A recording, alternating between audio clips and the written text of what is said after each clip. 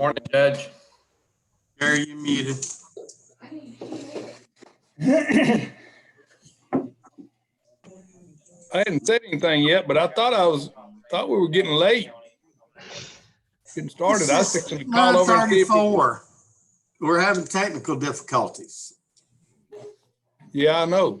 Judge, we're used to the down lineman starting on the right. I always struggle to get on these things.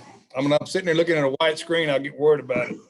I was kidding about technical difficulties there. Austin got his feelings hurt. All right, James County Commissioner Court come to order. This is Tuesday, the 28th day of July, 2020, 9:30 a.m. County Courtroom, Amarillo, Texas. It's now 5 a.m. If you'll all rise, Corey Taylor, County Engineer, will lead prayer and the pledges. Heavenly Father, we just come to you now and just thank you this day, Lord. We just thank you for your guidance and go through this crazy 2020 year. Lord, we just ask that you watch over us, that you continue to be with us through everything that we do, Father.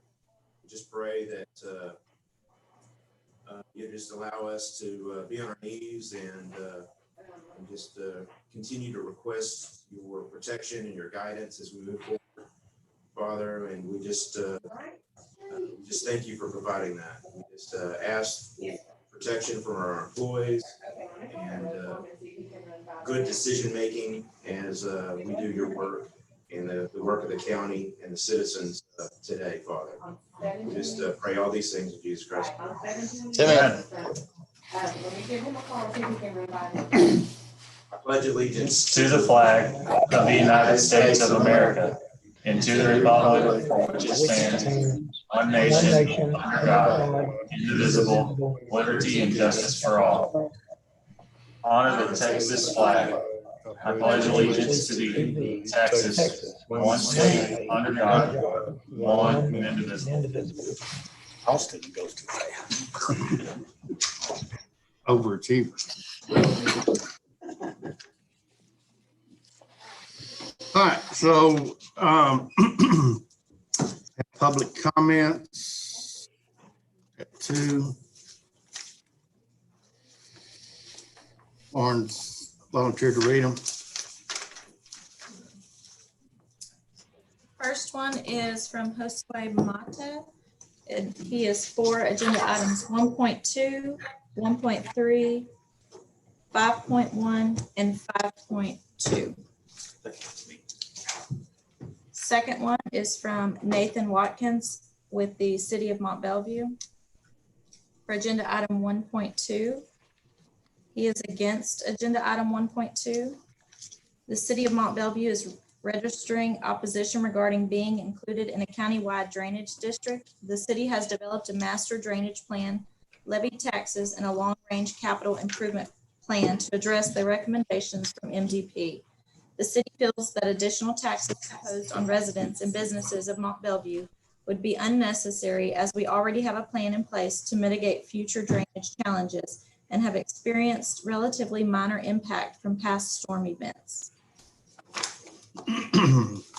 Thank you for those citizens' comments. Lauren.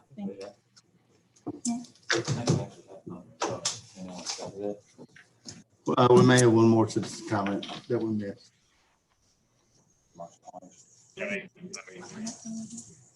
Hang on just a minute.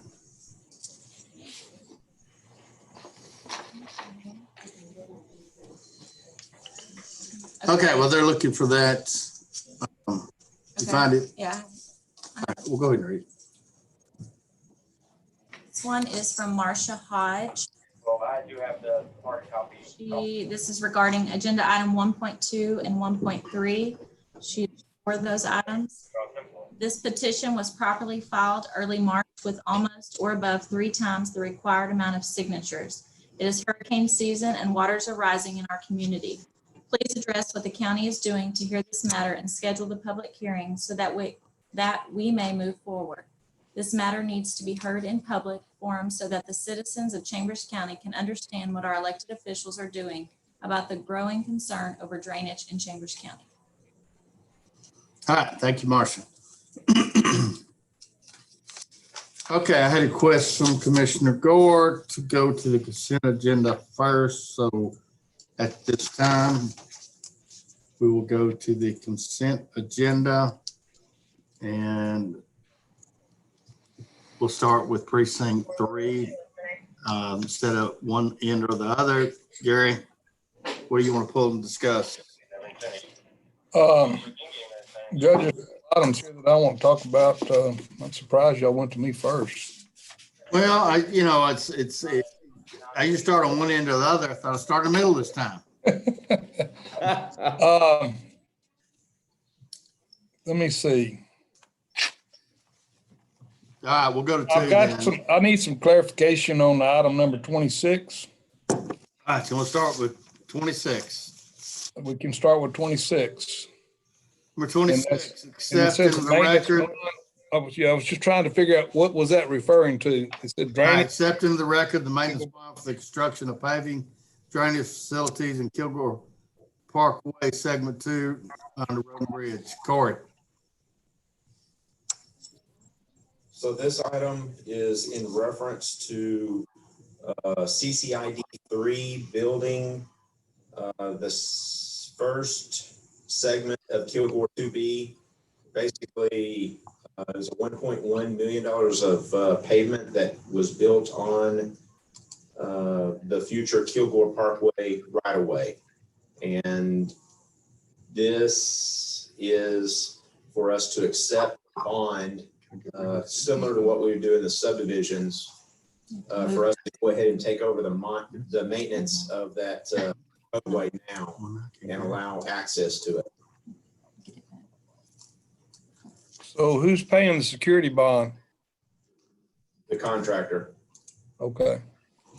That was my main concern there. So Number that's, 20 you say this, what's the name of the place, the business out there, the development? Who's doing that development? CCID. CCID 3, but it's, So the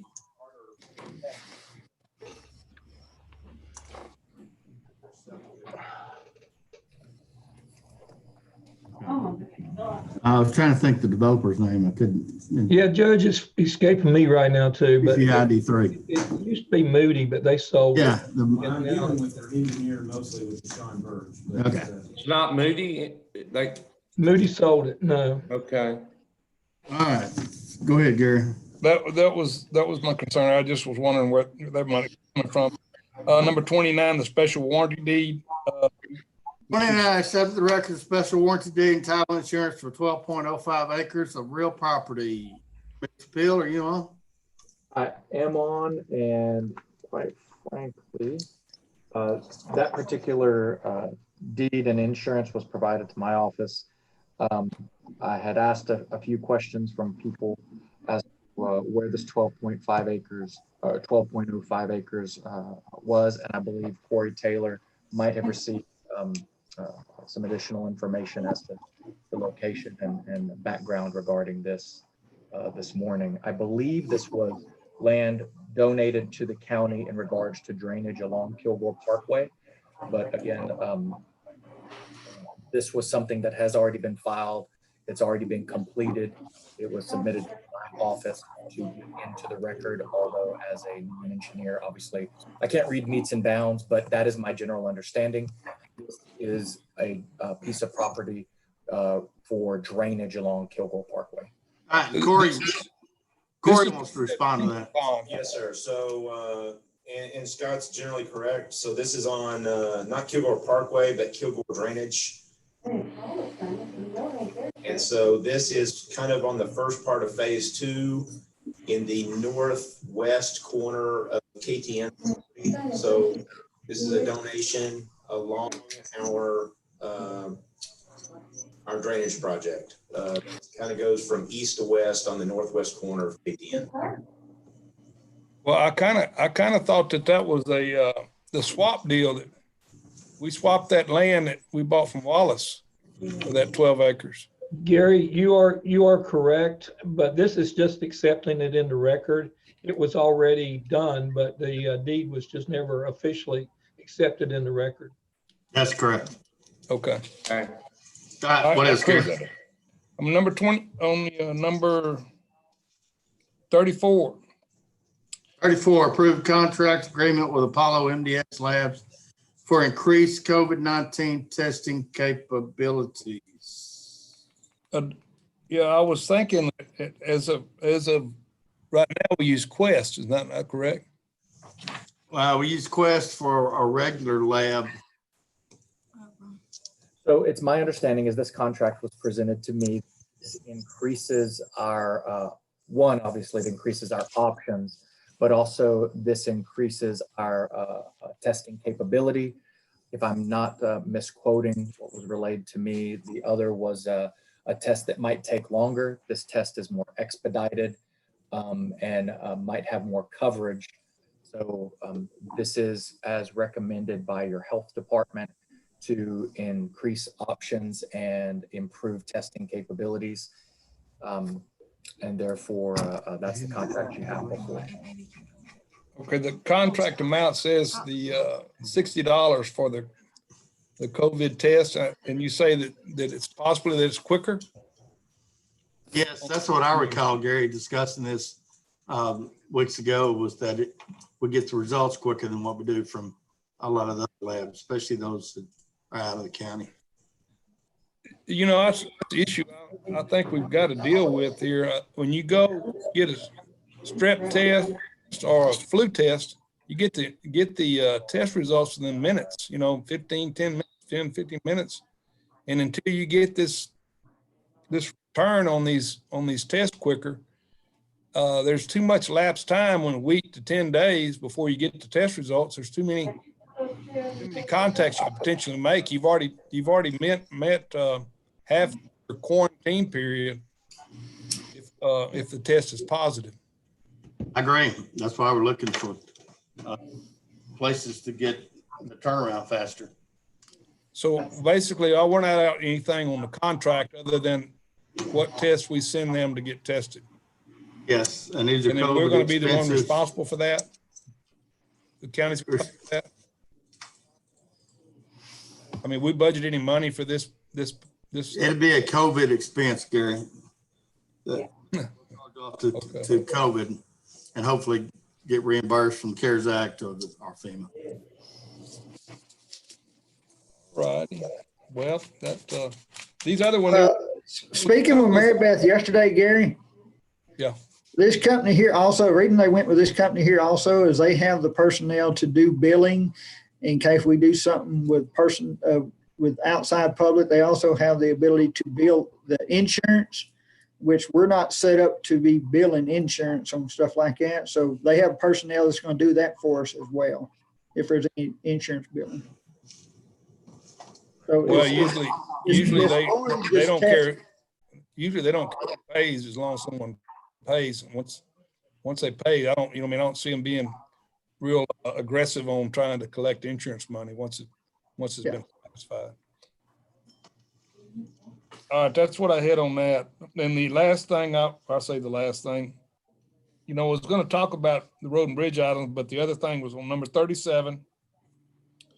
Approve a memorandum of agreement with Southeast Texas Regional Advisory Council to provide voluntary services with the Emergency Medical Task Force, EMS. Go ahead, Gary.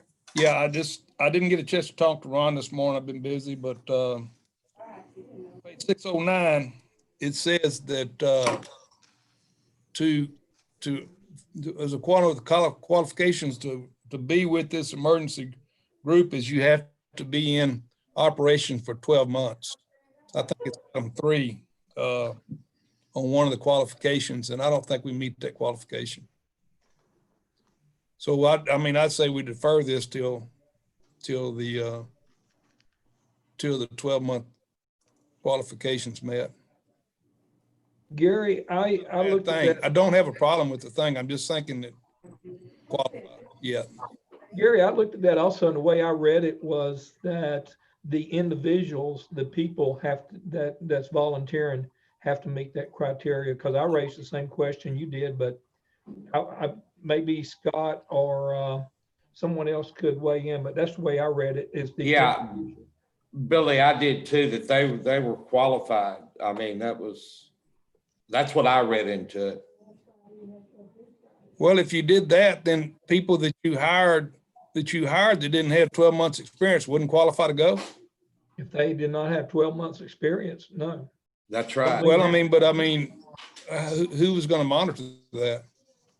I mean, the reason I thought it was, you had to be in operations 12 months because send someone on these type of ventures or helping projects, eventually you take away from the service of your residents. So Bill Volas said he's got to answer to that. So Bill.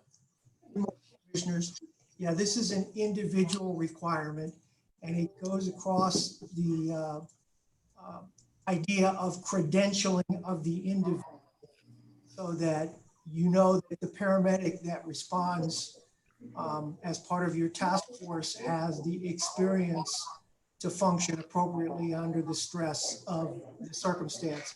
Understand that a new paramedic or a new EMT don't have the experience to deal with a crisis without mentoring. And when you're sending folks into mutual aid, you're sending a resource to help those people out, not to provide a training ground for your personnel. So the credentialing is a statewide or a nationwide standard, and that's where the 12-month requirement for experience comes in. It's an individual personnel requirement, not an agency requirement. So it would be up to us to monitor who's eligible and who's not eligible. Yes, sir. Ron has all that information. Okay. Thank you for the clarification. I just, I just assumed it was something about that the group had to be in existence for 12 months is what's the way I looked at it. I think that was my list of which I was surprised I was put at the top. I want a clarification on. I like to keep you, guessing, Gary. All right, Mark, precinct 2. Well, Judge, Commissioner Nelson sure covered up a whole lot of my questions. I'd like to take 5 into executive session. Which one, number 5? Yes. Approved job descriptions? And yes, and 6. Oh, 5 and 6. Yeah. Job description. Okay. Oh, yeah, there's no job description. So actually number 6 is the one, correct? Yeah. Okay. It's gonna be 6. All right. So we'll do that pretty quick. Commissioner Gore was needing to get his driver approved because someone needed to go somewhere in medical care today, and he's tied up in Commissioner's Court, not gonna be able to drive the van. So we will take that to executive session early this morning. That's all I got, Judge. All right. So precinct 1. I'm good, Judge. Precinct 4. Yeah, Judge, I would like to pull number 14 and discuss it individually. I approve a variance request for adding a driveway along FM 560. Prior to the traffic impact analysis being completed, that has been requested by the county as part of the development process. Go ahead, Bill. Yeah, I'd like to get Corey to comment to the court on that. Corey, is that the one you were? Yes. Okay, go ahead. Yeah, if we take that to executive. Can we take it to executive session under what? Discuss it, it's fine. Okay, I mean, if there's something confidential, No, it's not. okay, go ahead. Okay, so I just, basically, this is not in protocol with what we've done. AmeriPort had discussed that they already have TxDOT's approval for a driveway. I talked to TxDOT to make sure, because when they sent me the letter for the variance, that wasn't part of it. They didn't send any documentation supporting that. Our standard is that we would require a TIA for this type of, major connection to a major roadway to ensure that it doesn't have a negative effect to the to the citizens. Obviously, this is in an area that's stretching further east than our normal industrial area towards our towards our residential areas of 565. I think there's a lot of potential issues along here. We already, AmeriCorps is already doing a TIA that's coordinating for the TxDOT improvements along 565. And so basically I was just asking for, to until that TIA is complete, and let's see what the results of it show before we issue this driveway. Like I said, I talked to TxDOT. They have not approved the driveway, and generally in agreement with, would like to see the results of the TIA prior to approval. So actually is what I would like to see that this variance be denied at this point, that we wait on the TIA. That's what I would request. Well, maybe I missed it, Corey. Why are we approving the driveway on 565? So On a state highway, state road? Well, so we're approving the overall development of the project. And so part of the access is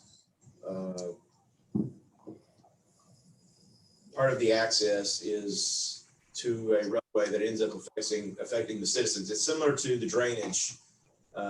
We're essentially approving the overall site plan, not the individual driveway, but. So we're giving them a development permit. You're right, yes. And so this is part of the development is, technically the overall issue. And so how traffic's gonna, flow within that and to each of the roadways. So, But they still have to go to TxDOT to get the actual driveway. Approved. yes, TxDOT would have to be in agreement as well, yeah. It probably makes their position look a little better if they've got our approval on this variance.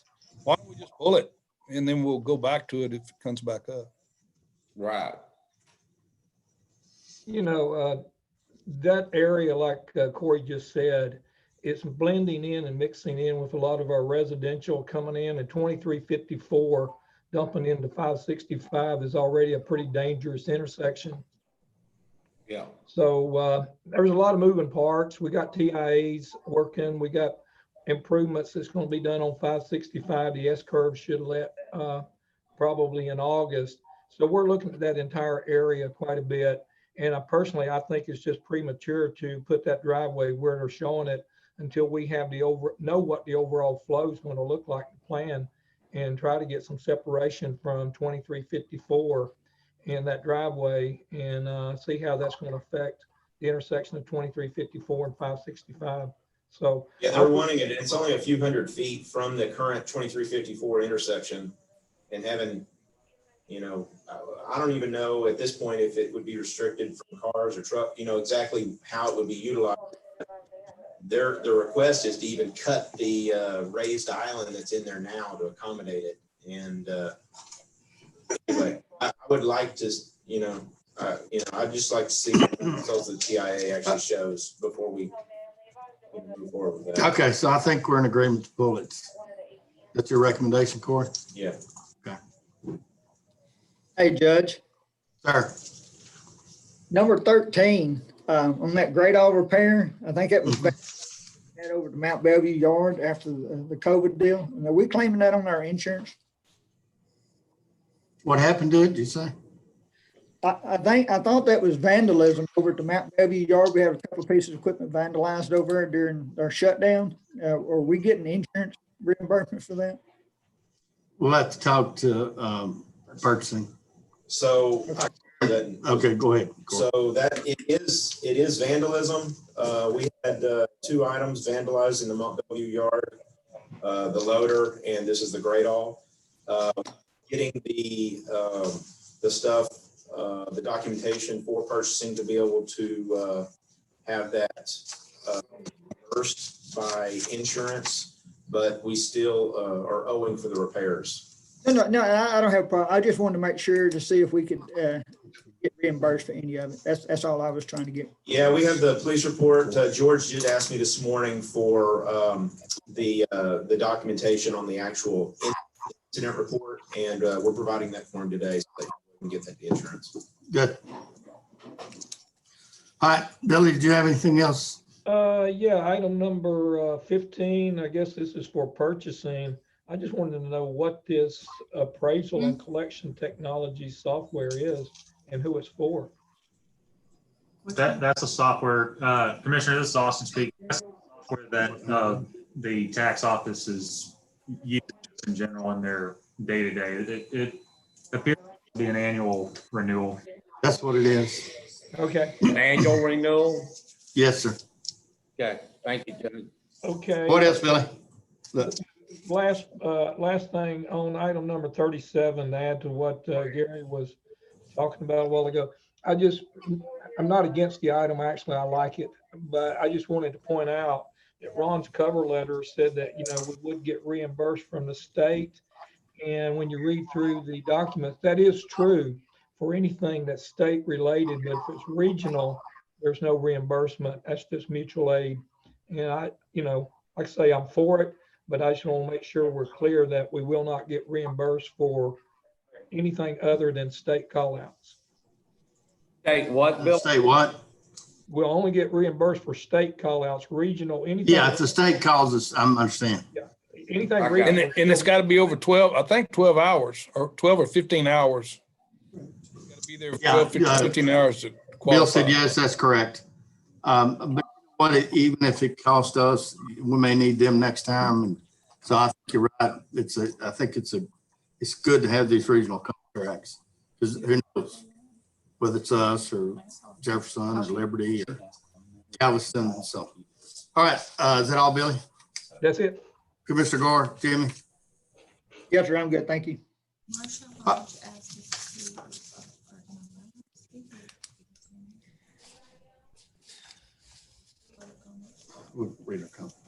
Okay, so let's go ahead. So we can go to executive session later. Let's go ahead and go to number 6, approve payroll changes.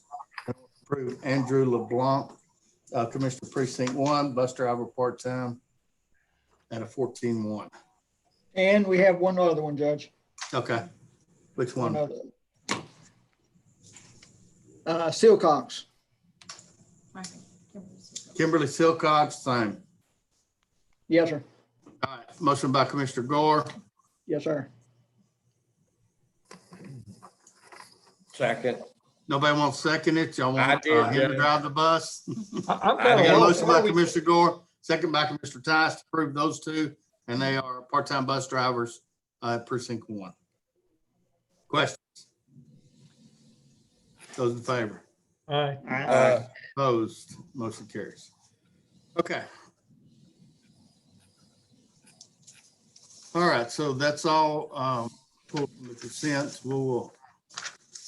Let's go ahead and vote on the consent, except for the job descriptions, number 6. I mean, the payroll changes.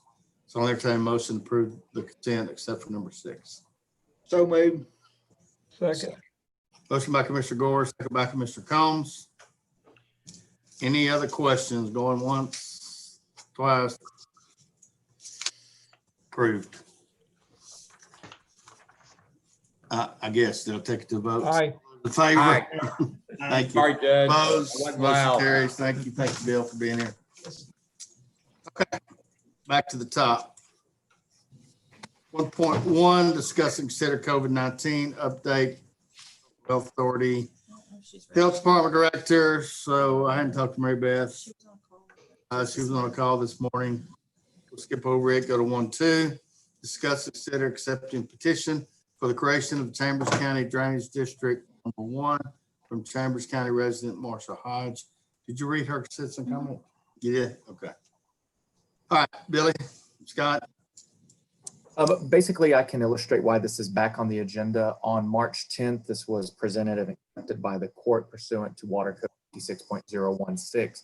unfortunately, due to disaster declarations and also the hearing that was set at that time didn't meet the actual statute timeframe, this did need to be represented in order to set the new hearing at the same time.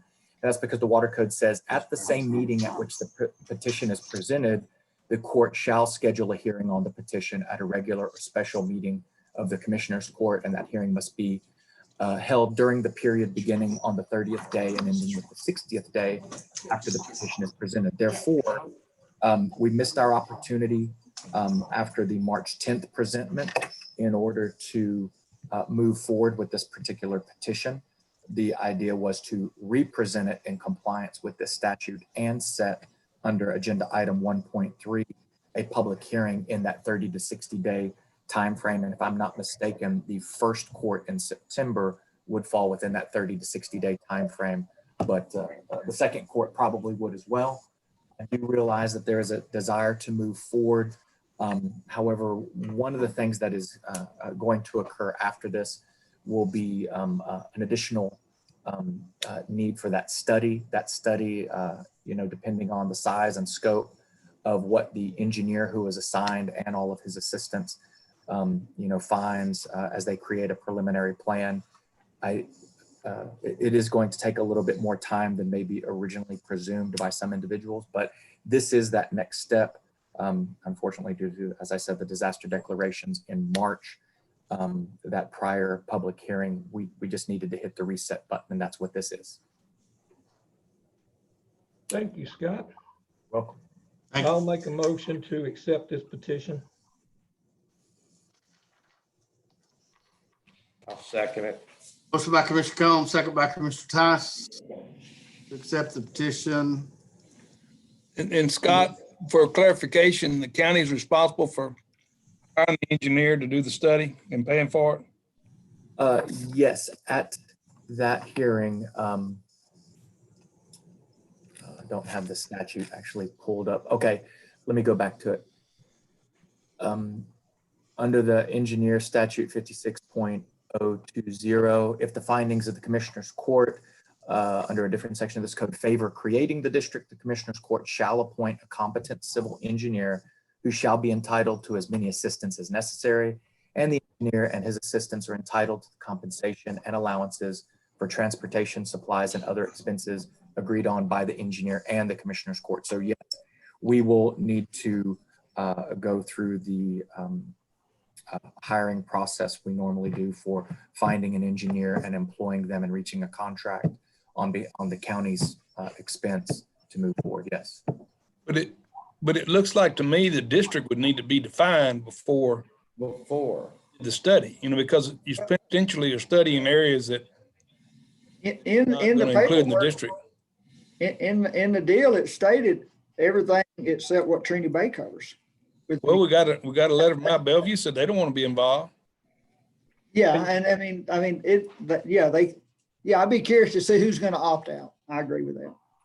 But I mean, that's what I'm getting at is if you had the public hearing, would the public hearing to design the boundaries of the district potentially? So I think so, Gary. Pull a rope out there and say everything's included except for what's in Trinity Bay. So this clearly you have heard a couple comments, but the public hearing from which you would obviously have a greater representation from the community for those who either desire its creation and desire that the Commissioner's Court not include them in the boundaries, that would come presumably at the later public hearing. This is just to get the ball rolling and set that public hearing where you will get those greater responses, one would presume. So at that hearing, you are able to discuss and opine and reach an agreement with that engineer as to a preliminary plan. And then after that preliminary plan is actually provided to the Commissioner's Court, y'all may accept and or modify that preliminary plan as you see fit. And so this is not the time for actual, and I get it, there's a lot of potential and hypothetical ways this could go. Probably about 10 or 15 different ways, frankly. But as much as you have very valid concerns over, what this may form up and shape up to be later. At this point, it's just to actually accept the petition, acknowledge that it has the minimal amount of required signatures, and set it for a public hearing. So at this point, that's all that's being asked for today. For clarification, if we move forward with that, it would still have to go to a vote from the constituents of that district to Correct. a taxing entity for that district. Absolutely correct. Although I will point out, there are two different types of water districts to be created. And that will be a decision that will come up later. One of those water districts has a taxing authority with a set limit. I can't remember offhand, but the other water district actually has to go to the voters seeking bonds prior to expending any funds. Therefore, you actually have one that has taxing authority and one that has to go to the constituents in order to acquire funds to expend. So before, go ahead, Gary. If you're going to sell bonds, you still got to have some kind of revenue resource to repay them. I mean, I don't know how you can have a non-taxing entity to repay bonds without some type of tax. Well, again, I'm just going over the two types that are available. One has taxing authority and one go to the voters to acquire funds through the bond process. But it doesn't specify who's going to pay those bonds back? I have not researched enough for this commission report meeting to answer those questions, Commissioner. Okay, thank you. But, so we don't have a choice to accept these and have the public hearing. Correct, Scott? I would say that I have not seen anything which would allow y'all to deny acceptance of the petition. That's what I mean. So I don't have a problem. I don't have a problem proceeding one with the public hearing and I just think that there's some loose ends out there that we need to try to clear up. Even as we work on this public hearing, I don't have a problem with taking the public hearing. If a citizen wants to go through the paperwork and get the signatures that they deserve to have a public hearing. That's right. Does these entities that want to opt out of this drainage district, I mean, what's their protocol to do that? Do they go ahead and file something with the county saying that they don't want to be in it? Well, one, I don't have any of those statutes up. And number two, I'd hate to on the spot give something out there to the public that they could then rely on as legal advice. Okay. Moving forward. Yeah, and this, I understand Scott's situation. This is preliminary to answer those kind of questions. They're good questions. Still, it's kind of preliminary. All right, so I got a motion and a second to accept the petition for the drainage district. Those in favor? Aye. Motion carries. 1-3, discuss and consider setting a public hearing concerning the creation of Chambers County Drainage District Number 1 in compliance with Water Code 56.016. Scott and I decided September 8th at 10 a.m. Second. Who made the motion? I Gary, did. Commissioner Nelson, and Tice. Mark, did you? I did. Billy? All right. Yeah. Got a motion by Commissioner Nelson, second by Commissioner Combs. To set the public hearing September 8th, 10 a.m. Those in favor? Aye. Opposed? Motion carries. Thank you, Marcia. 1-4, discuss and consider resolution of ratification in support of U.S. Army Corps of Engineers proposed revision of regulation governing the possession of firearms at Corps Water Resource Development Projects. Mr. Peel.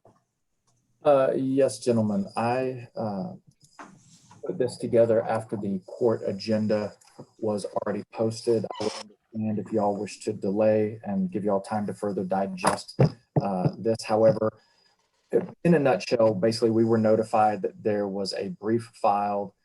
Several of our local legislators, Mr. Middleton and Mr. Creighton both, are in support of this Mountain States Legal Foundation brief, which recommends a preferred alternative as the best of the three choices that the Army Corps of Engineers is considering as a modification of the current regulation.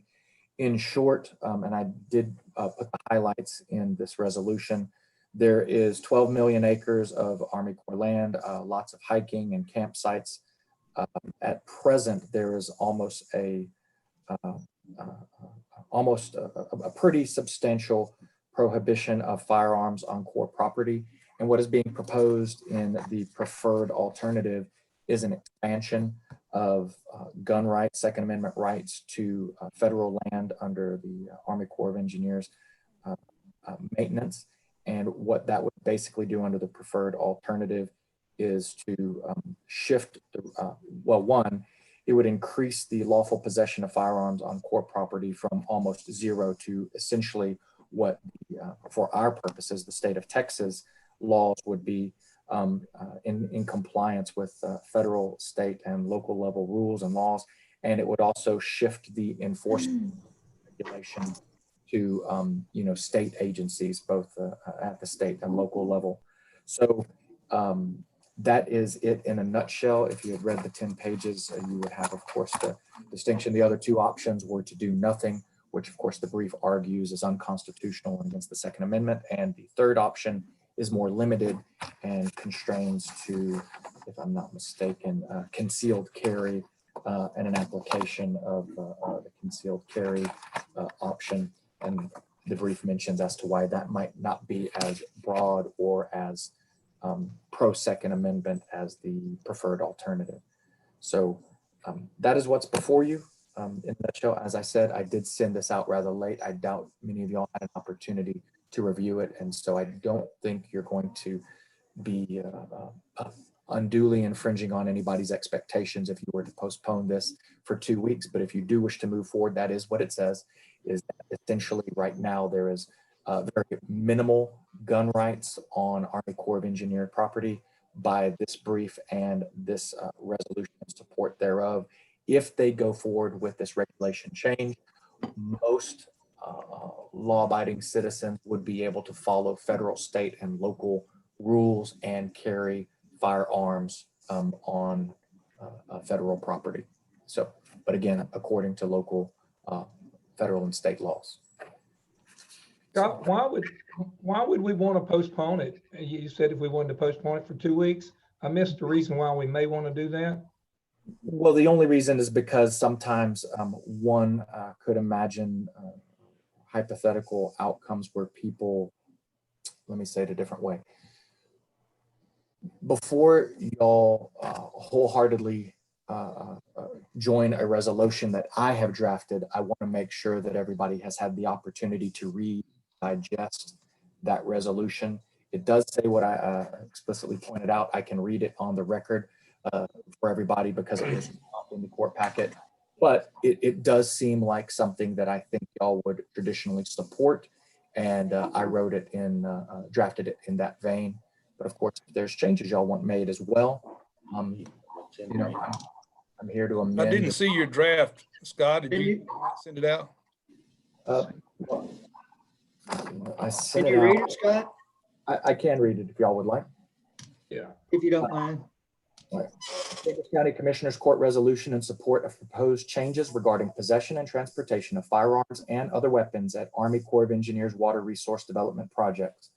Whereas on July 28th, 2020, the Chambers County Commissioners Court met in the County Courthouse of Anahuac, Texas, and whereas the Commissioners Court in open session recognized and considered the Mountain States Legal Foundation, MSLF, brief detailing the pending Army Corps of Engineers, Corps, alternatives to revise the current regulation regarding firearms on Corps property. And whereas the Corps operates 92,000 campsites and 7,700 miles of hiking trails and 12 million acres of land across the nation, and whereas the current Corps regulation almost entirely bans the possession of a functional firearm for self-defense on Corps managed land, whether in a tent or cabin or on your person, and whereas the MSLM brief details the 3 alternatives offered by the Corps currently under consideration regarding the possession of firearms on Corps property. The no action alternative, leaving the current regulation in place. Number 2, the preferred alternative, allowing citizens to carry firearms on Corps property subject to federal, state, and local law. And 3, the concealed carry alternative, allowing citizens to carry firearms lawfully concealed pursuant to federal, state, or local law, or to carry openly but unloaded. And whereas the brief persuasively argues that of the 3 options, the preferred alternative rightfully allows for the increased lawful possession of firearms on core property and shifts regulation of firearm possession to the state and local level, allowing individuals to exercise their right to self-defense on core managed lands.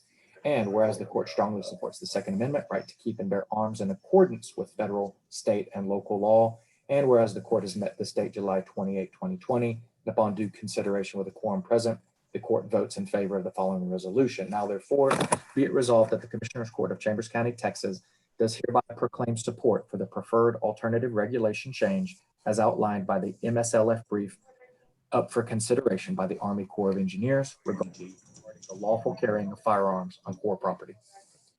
I read over a couple of the typos if y'all had seen them, and y'all wanted this draft for. I had read it before, Scott, and I personally, I think I'm happy with your resolution, and I would like to make a motion to approve it. Second. Motion by Commissioner Combs, second by Commissioner Gore. Any other questions or comments? Those in favor? Aye. Opposed? Motion carries. Scott, thank you for putting that together. I know you worked late last night. All right, 1.5, discuss, consider directing the voter approval tax rate at 8% in the manner provided for a special taxing entity. Aaron. Good morning, Commissioner. As you're aware, Senate Bill 2 had made some significant changes to the tax code. Just to kind of refresh y'all's memory, you have the no new revenue, which is basically the effective tax rate, and then the voter approval rate, which is a rollback rate. The voter approval rate is 3.5%. And the code talks about how during a declared disaster by the governor or the president, the county may increase the voter approval rate to 8%. It discussed that the court has to direct the designated officer, which is the tax office, to calculate the rate at 8%. This does not automatically increase the rate to 8%. This only gives y'all the option to, if you feel it's appropriate, to increase that rate. And if you have any questions, I'm available. Okay, you understand. It just gives you the option. It doesn't mean you're going up. You may not go up at all. Exactly. If you don't do this, then you don't have that option to go above 3.5%. So it's up to you. Move for approval, Judge. Second, Your Honor. Motion by Commissioner Combs, second by Commissioner Tice. Any questions? Those in favor? Opposed? Motion carries. 1.6, discuss, consider setting a public hearing for the 2021. And I hope 2021 is a whole lot better than 2020. For August 25th, 2020 at 10 a.m. Aaron. Yes, it's the process we have to do, setting a public hearing for the proposed budget. That's about it. That's part of the timeline. And I will send a timeline to y'all this morning just to kind of refresh y'all's memory. Everything's still on track. We're making sure we're following the rules for the tax rate because they're, it's different, but everything else is the same. And what will Make that motion, Judge. Second. I'll second it, Judge. motion by Commissioner Nelson, second by Commissioner Gore. And Aaron we're working on putting together the proposed budget, and we'll have a summary sheet showing the changes in the budget that you'll be able to get and review. Judge, prior to the public hearing, could we have a workshop or at least discuss it in a meeting as a court? I mean, I don't know about the other commissioners, but No, that's the plan, Billy. We'll Okay. get it to you. We'll provide you a summary of the changes, then we'll discuss it. It may be this forum, but we will discuss the budget at some point. Prior to the hearing. Yes, sir. Definitely. All right, those in favor? Aye. Opposed? Motion carries that, and that'll be in Aaron's timeline. That workshop. All right, 1.7, discuss and consider proposed elected official salary FY 2021. Even though we're not planning on increasing salaries, we still have to post it and give them the notice. If there's grievers, they can grieve. Same Judge, process. I'd like to submit a correction to the item. Yeah, Aaron's got that. I told him that you found it. And Yeah, he's corrected it. Go ahead, Aaron. yes, yeah, I can't sneak anything past you, Gary. But no, yeah, there are actually needs to be two corrections. One for Commissioner Precinct 1 longevity should be 600. And the other correction is on stipends for both certification pay for the sheriff and constables 1 through 6. It says 1,800. It should say 3,000 to follow the CBA for the master peace officer certificate. Just to kind of give you a timeline on this too. So this is more of a discussion to see if these are what you're feeling for the 2021 salaries. And if y'all agree, what I'll do is we'll post this in the paper. And then we'll officially set the salaries on the 11th. And then on that time, when y'all set those salaries, September 11th. August 11th, then we will send the letters out to the elected officials, and then they have the 5 days to send a letter to the county judge if they are going to agree. And if we do receive a letter, we'll have 10 days to set a hearing. That's all I have. Questions? Okay, so what you're doing today is if you agree to it, then Aaron's going to go ahead and go forward, put it on the Paper. agenda. I'll make a motion. We approve posting it with the changes that needs to be made to the document. Second. Motion by Commissioner Nelson. Was that you, Jimmy? Yes, sir. And just for the record, so everybody knows, Commissioner Gore? there's no increase to anybody's pay. Oh, yes. The only increase is longevity. That's it. There's no increase to the base salaries. And no decrease. Motion, a second. Those in favor? Opposed, motion carries. 1-8, discuss and consider the appointment of Susan Dad. Oh, we need to get her on the phone more. She would like to introduce herself. Susan Dad is the chair of the Cedar Valley Navigation District. Recognized Tim Tyler, chair on his retirement at the end of September 2020 for serving many years on the Cedar Valley Navigation District Board. Well, let's go to 1-9. Discuss, consider adult probation department updates. Aaron. Good morning, Commissioners. I talked to the adult probation just to kind of give you a heads up. Last week, the Board of Judges did approve a strategic plan and a proposed budget for the adult probation. Talking to Ms. Carlock, we're waiting for CJAD. I think it's a financial thing that we posted on the website that we're waiting from them, but everything else should be good for a September 1 starting date.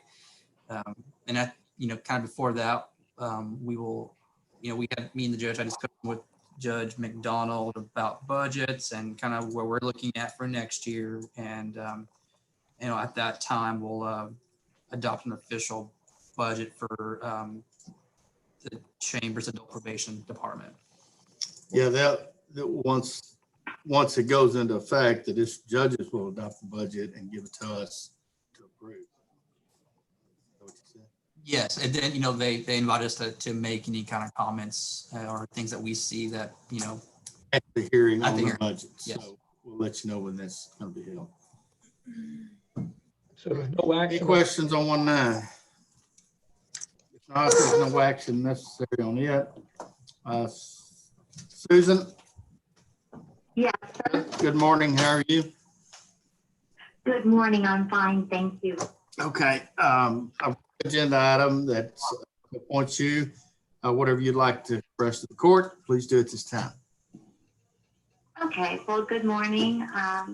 I don't know who was all in the courtroom because I'm unable to say good morning to everyone who might be there. Thank you for inviting me to join today. I know it's virtual, but I really appreciate that time. I know that Tim Tyler has worked for Covestro for 40 years, and his plan is to go ahead and retire September 30th of this year. We appreciate his service and all the time he's dedicated. The company has asked me to step in and fill in for his rest of his board position on the Cedar Bayou NAV district starting in August. Just to tell you a little bit about myself, I have a master's degree in chemical engineering, and I've been employed by Covestro, the same company as Tim, for 20 years. I'm currently the Director of Site Logistics for the Baytown, and I have a PUR NAFTA role also. That is the previous position that Tim Tyler was in. So I've been in logistics for 5 years, and now I've been taking over the director position. My husband and I have 2 children, and I'm involved, as you can tell with my bio, in various within the community, whether it is within my own community, my church community, or the company community. As you know, the Cedar Bayou Dredging Project has been fully funded by the federal government last October. I have had the opportunity now to be attending many of the recent Cedar Bayou NAF District Board meetings, and the project continues to make progress. As you know, we are now into the stages of acquiring the land that is needed, talking to all the pipeline companies for lowering them, and hopefully beginning construction early next year. So I look forward to seeing this project to completion. I know it's very important for our economic development in the county and in the region. I look forward to working with all of you, and always happy to come and provide any updates on the project to you as you may wish. I want to thank you for at least the time to be able to talk to you. I wish I could be there in person, but I understand the situation and appreciate you letting me have this opportunity. I can take any questions at this point. Thank you, Susan. Questions? I'd just like to say welcome, Susan. We really look forward to working with you over the upcoming years, and I have all the faith in the world. I know you'll do a great job, and I'm excited for you. That was Commissioner Combs, by the way, in case you didn't recognize his voice. And I'll echo the same thing. We appreciate you taking this on. This has been a very important project that I've been working on for 20-something years. So I thank you for coming aboard with us, and welcome. All right, anyone else have any questions, Susan? Okay, thank you, Susan. We certainly appreciate it. Thank you, Susan. You want to hang on? I'll entertain a motion. Commissioner So moved, Judge. Combs made a motion. Commissioner Ty, second. No, actually, No. Tyson did, Commissioner Okay. Price. but Combs seconds it. All right, I got a motion by Commissioner Ty, second by Commissioner Combs. Those in favor? Uh, Aye. Aye. Opposed? Motion carries. It's Judge, official. before, Yes, sir. give me one time. I do Go want ahead. to publicly recognize Tim Tyler for his Oh, service. thank you. Yeah, I appreciate He that. has been in there a long time in that position. He's worked very hard to get this dredge project going. There's been a lot of obstacles come in the way. And anyhow, hate to see him go. I'm excited to see Susan stepping in. And I just want to recognize the service that Tim has put, not just to Covestro, but to the navigation district, Cedar Bayou Navigation District. Yes, and I agree. There has been obstacles, and he's been able to work through those obstacles. So I appreciate it also. So thank you, Tim, if I you're will on. definitely let him know that appreciation. I know he's worked very hard, and he will appreciate hearing that. All right, send him our love. Thank Susan. Okay, those in favor? So, Aye. Opposed? Motion carries. Thank you very much, ma'am. thank you very much for having the faith in me, and I appreciate anything. And if you ever have any questions, I'm here for all of you. Yes, ma'am. Thanks. All right, 1 point. Excuse me. We're done with the 1 points. Financial 2.1, discuss and consider Chambers County EMS financial report, period ending June 30th, 2020.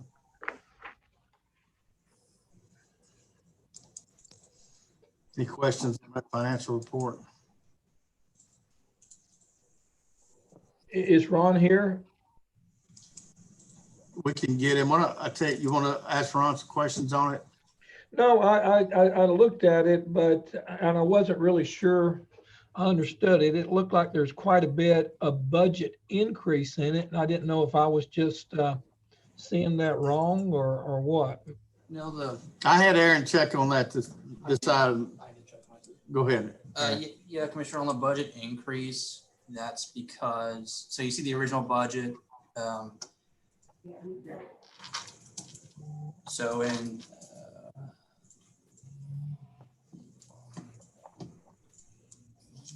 because we had so originally we had just Ron in there in the budget.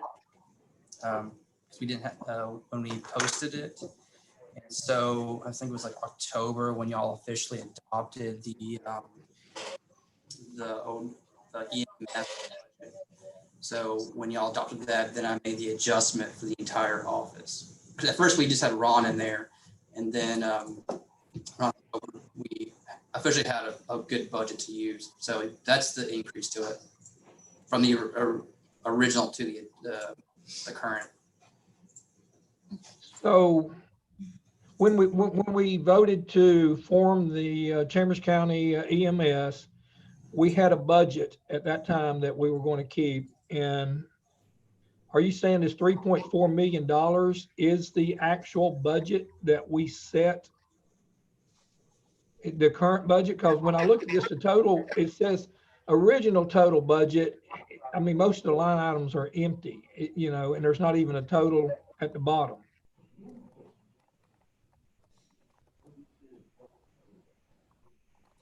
So I'm having a hard time understanding what the original total budget was. Yeah, well, For 19 or 20? I'm looking at 2.1. It's page 40, and it's the 2020 budget for 6 months ending June 30th. Yeah, so when we adopt the budget in September, have a full EMS set budget, because I think we were still working on it. There were still a lot of questions that we had to decide. So the only number we had to begin in 2020 was Ron's salary, because we knew those numbers. And so we adopted the budget in September, and then around October, maybe the first, second quarter in October, I have to look back, when we presented a new, updated 2020 budget. And so you see the original where we had the salary for the EMS director.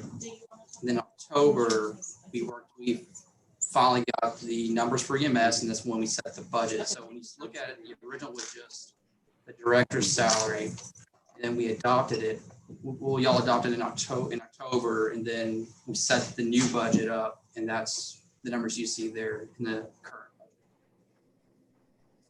Okay, Tony's sends the auditors on the phone. If that didn't answer your question, Bill, you want to ask it again or ask another question? Maybe I'm just confused about one more time. The 3.4 million is what we actually adopted and set in, did you say September? On October. October. So that is the 3.4 million that we adopted then.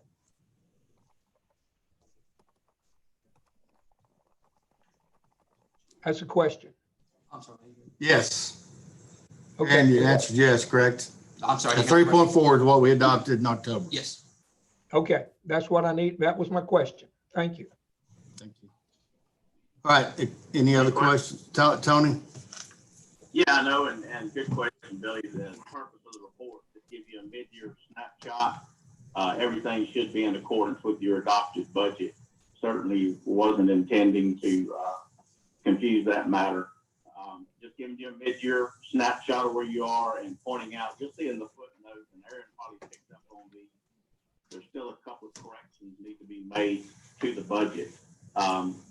One, the budget currently names the revenue account health services sales tax revenue, and we don't receipt health services sales tax in Fund 92.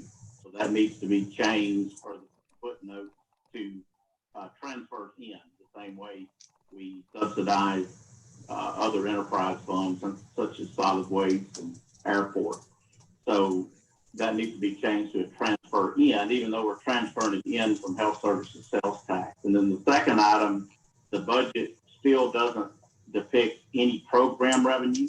And you'll see in the report where it appears that they billed about 122,000 so far, but there's nothing budgeted I don't remember off the top of my head, Aaron may have, but I think we had originally planned $300,000 or $400,000 in billing that needs to be added into the revenue budget. And other than that, it was just to provide you a mid-year snapshot financial report. All right, thank you, Tony. Thank you, Tony. Any questions? I'm good, Judge. Appreciate it, Tony.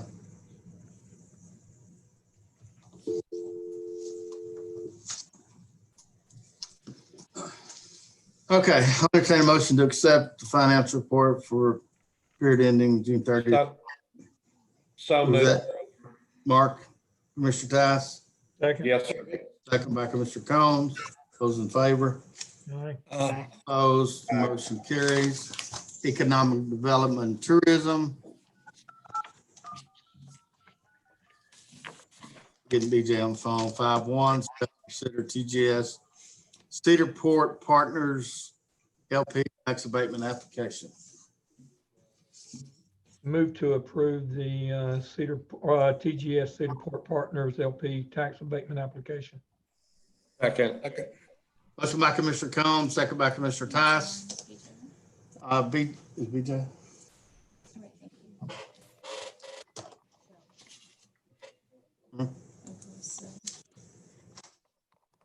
Do you have any questions? Do we even need BJ on this one? Yeah, go ahead and get him. He may want to talk a little bit about it. He's expecting the call, so. And I apologize for making my motion so quick. I've actually. That's okay. With BJ, and I guess other ones haven't. Yeah, no, I mean, it's on the table, so whether it's Yeah. motion and second or it's ain't made a motion yet, so. It's tough virtually, Judge. Yeah, it's easier than it was the first time. Yeah, that's right, Your Honor. And we talked yesterday, BJ, we had meetings all day basically. And it'd be nice if can you hear me? everybody had one forum instead of trying to Yes. I'm gonna put use you on speakerphone, WebEx right? and Right. Teams and, Right. you know, whatever else there is. So.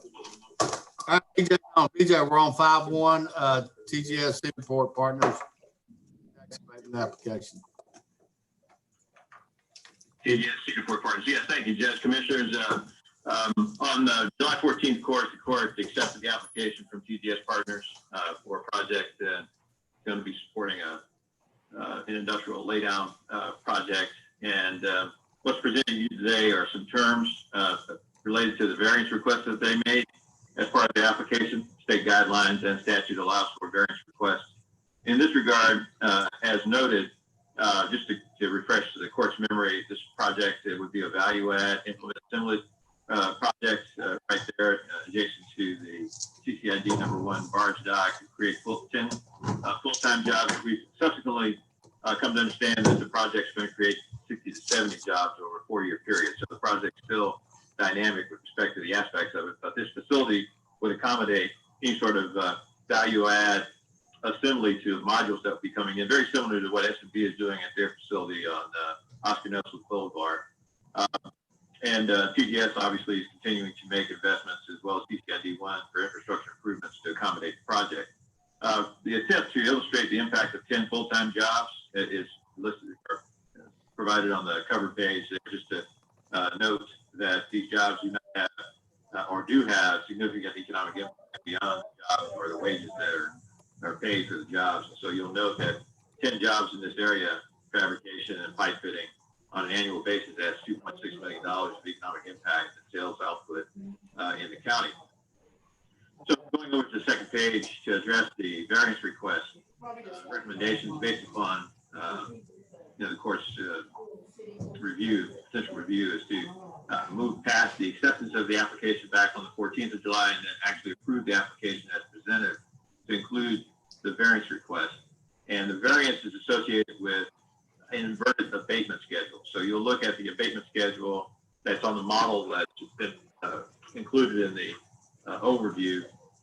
What they're requesting is to invert the schedule. Instead of abating the project 100% for the first 2 years, they would pay taxes at 50% for year 1, 60%, 40% for year 2, 25% for year 3, and then have some relief in the latter part of the years in the event that this project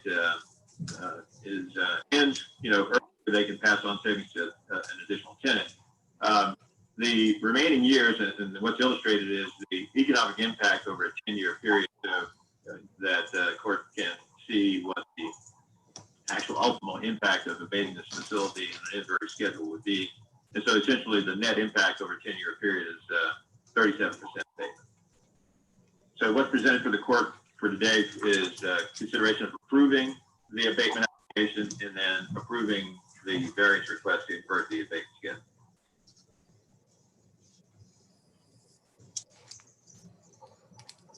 So the end result is pretty much where we stay with a lot of our abatements are in that area, correct, BJ? That's correct, Jeff. Yeah, the net effect in the first 5 years is the same. It's just that the abatement schedule is inverted. Yeah. All right, I got a motion by Commissioner Combs, second by Commissioner Tice. Are there any other questions on this item? Hear none, those in favor? Aye. Opposed, motion carries 5-2. Discuss and consider MPH Market Street LLC Project Courts Tax Abatement Application. Okay. Thank you, Judge. Commissioners, the same, the application for this project was accepted by the court on July 14th. And just to refresh the overview that's provided, Project Courts it would be a build-to-suit project, the first phase of which is 806,000 square feet with potential to expand. Phase 1 would create full-time jobs, 100 construction jobs, and the investment would be right at around $46 million. AmeriPort and CCID 2 would invest an additional, that should be up to over $20 million in infrastructure improvements to accommodate Project Courts. The employment impact is noted just to reiterate the importance and the emergence of logistics and distribution or transportation and warehousing in Chambers County. That sector continues to grow, is largely driven initially by import distribution centers like the Walmart project and Home Depot, subsequently like IKEA. But the mainstay contribution is logistics and distribution associated with the movement of polyethylene through Chambers County through the port to the Port of Houston. So you'll see that the direct impact of the 50 jobs results in compensation of almost $3 million, right at $56,000 per year, which means that competitive wage for the folks who are working in this sector continues to grow. Indirect and induced are substantial as well, to the tune the net impact of the Chambers County economy is $9.6 million. So what is being requested here, they've also requested variance as part of their application. The two actions that would be considered today would be to approve the application as presented, including the variance request, and consider a 10-year abatement term at 55%. And that's what's presented for the court's consideration today. So they're requesting that variance due to the fact they're putting 20 million into infrastructure improvements. Is that what I kind of gathered out of BJ? So along with the ability to land the project. I mean, the economics of the project is set the stage for not only going forward with phase 1, but for the two subsequent phases. In the cover letter that's presented by MPH Market Street LLC or AmeriPort Building 16 is this project has the potential to move forward with a triple list, essentially 2.5 million square feet and substantial job creation. So to complement the investment that both CCID 2 and AmeriPort are going to be making, primarily AmeriPort, the request is to provide a 55% abatement that provides the predictability for the tenant of Project Court to make commitments to phases 2 and 3. You note that there are some infrastructure elements that have been cited in the cover letter by AmeriPort, and one of the elements of which is the possibility of enhancing or extending a section of EW4 and other infrastructure elements associated with drainage and throughput through the park. And These are still competitive jobs. I mean, they have options to go elsewhere. I mean, so us doing abatements greatly improve our chances of these companies coming to Chambers County, right? That's correct. And one thing I might add, this, the variance on this request is only for phase one, which is 860,000 square feet out of 2.5 or 2.5 million square feet that will be the ultimate end game on this. And Chambers County is not the only one bidding on this project. It's also Harris County's got some looking at it too. Yep. So And having we said should that, I'll know. make a motion to approve. Second. Motion by Commissioner Combs, second by Commissioner Tice. Any questions, comments? Hearing none, those in favor? Aye. Opposed, motion carries. BJ, thank you very much for all you do. Thank you, Judge. Just as a reminder, the next steps given will be communicated to both NGA Street LLC and the Project Quartz prospect, and the expectation is to move forward with the administrative aspects of consummating the agreement, establishing the reinvestment zone, request for public hearing, and all that. So that's going to be moving forward on the next court. Okay, sounds good. Thank you. Thank you. Judge. Commissioner. Thank you, BJ. All right, it's 10:50. Let's take 10 minutes. I got my trusty little clock too, so timer. Thank you, Judge.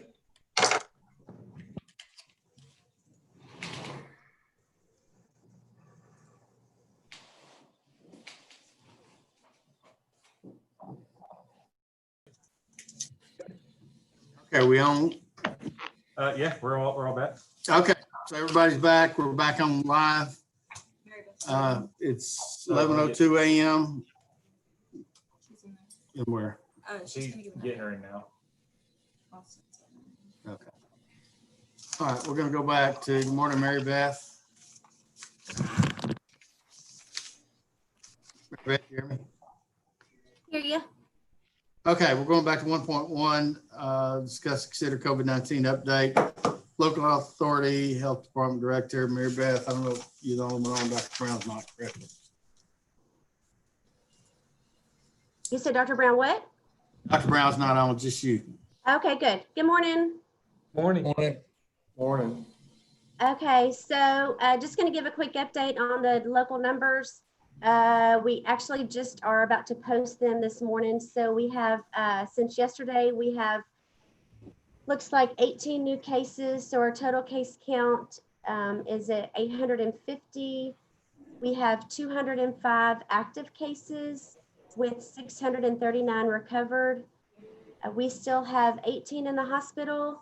I'm sure y'all probably have noticed over the past week, our hospitalizations have increased. We've been running at about maybe 3 in the hospital, but we have maybe for about the past week have maintained about 18 in the hospital. And we did report one new death yesterday. We are monitoring, actively monitoring several different measures to be able to determine the level of transmission in Chambers County. So one of those is a positivity rate, which measures the level of positive cases versus the number of tests that are being performed in the county. So this, a lot of times we just really want to be able to determine, are there more positives just because there's more tests being done? And so this kind of is a measure of that rate. So last week, and y'all probably heard me talk about this on the conference call, last week, the positivity rate was at about 14%. And then on Thursday, we'll redo this every Thursday. This Thursday, it was at 22.2%. So it had jumped up. We will redo this again on this Thursday. So we'll do this every 7 days to help kind of monitor that level of, so it can kind of help us just determine the level of transmission in the community. Another rate we follow is the prevalence as well as the incidence rate in the county. Currently, we are in the midst of sustained widespread community transmission. As those levels, as the positivity rate goes down, we're hopeful that those levels will continue to come down. We have an average of about, I think it's about 14 to 16 new cases every day. Over the weekend, those numbers did come down. I think Friday we had 7, Saturday 5, and then maybe Sunday 8. So the numbers did come down over the weekend, and then we jumped up again today. So that's really about all I have. We're still continue to push those messages of wearing masks, social distancing, staying at home. Whenever you have sustained widespread community transmission, the best thing to do is try not to take non-essential trips. And we're really just still pushing that message of just trying to go to authoritative sources for information instead of, spreading false information about really what's going on out there. I'm happy to answer any questions. Yes, sir. That 18 number, was that yesterday or was that a combination of a couple of days? No, sir. That's labs that were reported. We report those today, but those are positive results that have come in yesterday. So it's midnight to midnight. Then we report those today. Yes, sir. Just one day. Hey, Mary Beth. The new testing lab that was approved earlier, can you just elaborate a little bit on that to everybody? I know I spoke but can you elaborate on that a little bit? Yes, and thank you for that. I just had Linda, the nurse practitioner, she just texted me and wanted to know if it passed. And I'm sorry, I was on another a Zoom meeting. So basically what that lab is for is that, we have the ability. Hang on a minute, Mary Beth. For the record, that's number 34 on the consent agenda, approved contract agreement with Apollo MDX Labs for increased COVID-19 testing capabilities. Okay, go ahead. Okay, so what that gives us ability to do is our current contract for lab testing is through Quest, and that's the PCR testing. That is the molecular PCR testing, which is a nasal swab, which is the most accurate test. So we have the ability to do that through Quest, but it takes 10 days to get the results. So it's not a reliable way for us to be able to get test results. So we have been in search of another vendor to be able to serve two purposes, which is what I was telling Commissioner Gore when we visited about it yesterday. The first one is to be able to, for the Wellness Center, to be able to utilize that lab. So when county employees come in and we need the PCR testing for us to be able to bill insurance, which is what Quest is, whenever we do any kind of labs at the Wellness Center, we need the ability to bill county insurance. And then the second thing is that we, if we need to be able to utilize the PCR testing, if we reach out to either underinsured or uninsured persons through the CARES Act, if we were to do such as testing through the health department at a later date, whether it's through a drive-through or anything else, and we did testing through the CARES Act, we needed the ability to have that dual role that had a competitive pricing in that Apollo MDX. We've looked at several, probably 4 or 5, and this was the best one that had a 24 to 48 hour turnaround time on that. And so we sent it to Scott and he looked at it. And I know that Linda, Paula, and Diane, they've worked really hard on that. When I saw and it's been approved, like Jimmy said, though, just a little bit. Good. Thank you. Thank you. All right. So any questions, Mary Beth? Any other questions? Or, Yeah, and if you didn't know it, if you weren't aware of it, Lisa Leger, our skid control pilot's wife, Jeffrey Leger, she passed away last week, and COVID related is my understanding. So remember Jeffrey and his family in your prayers. Scott Goodman lost his mother too, Jimmy. Say it again. Scott Goodman lost his mother to COVID as well. I hate to hear that. Mary Beth, when they do a test, do you recommend them quarantine till they get the results, or do they wait till they get the results to start the quarantine time period?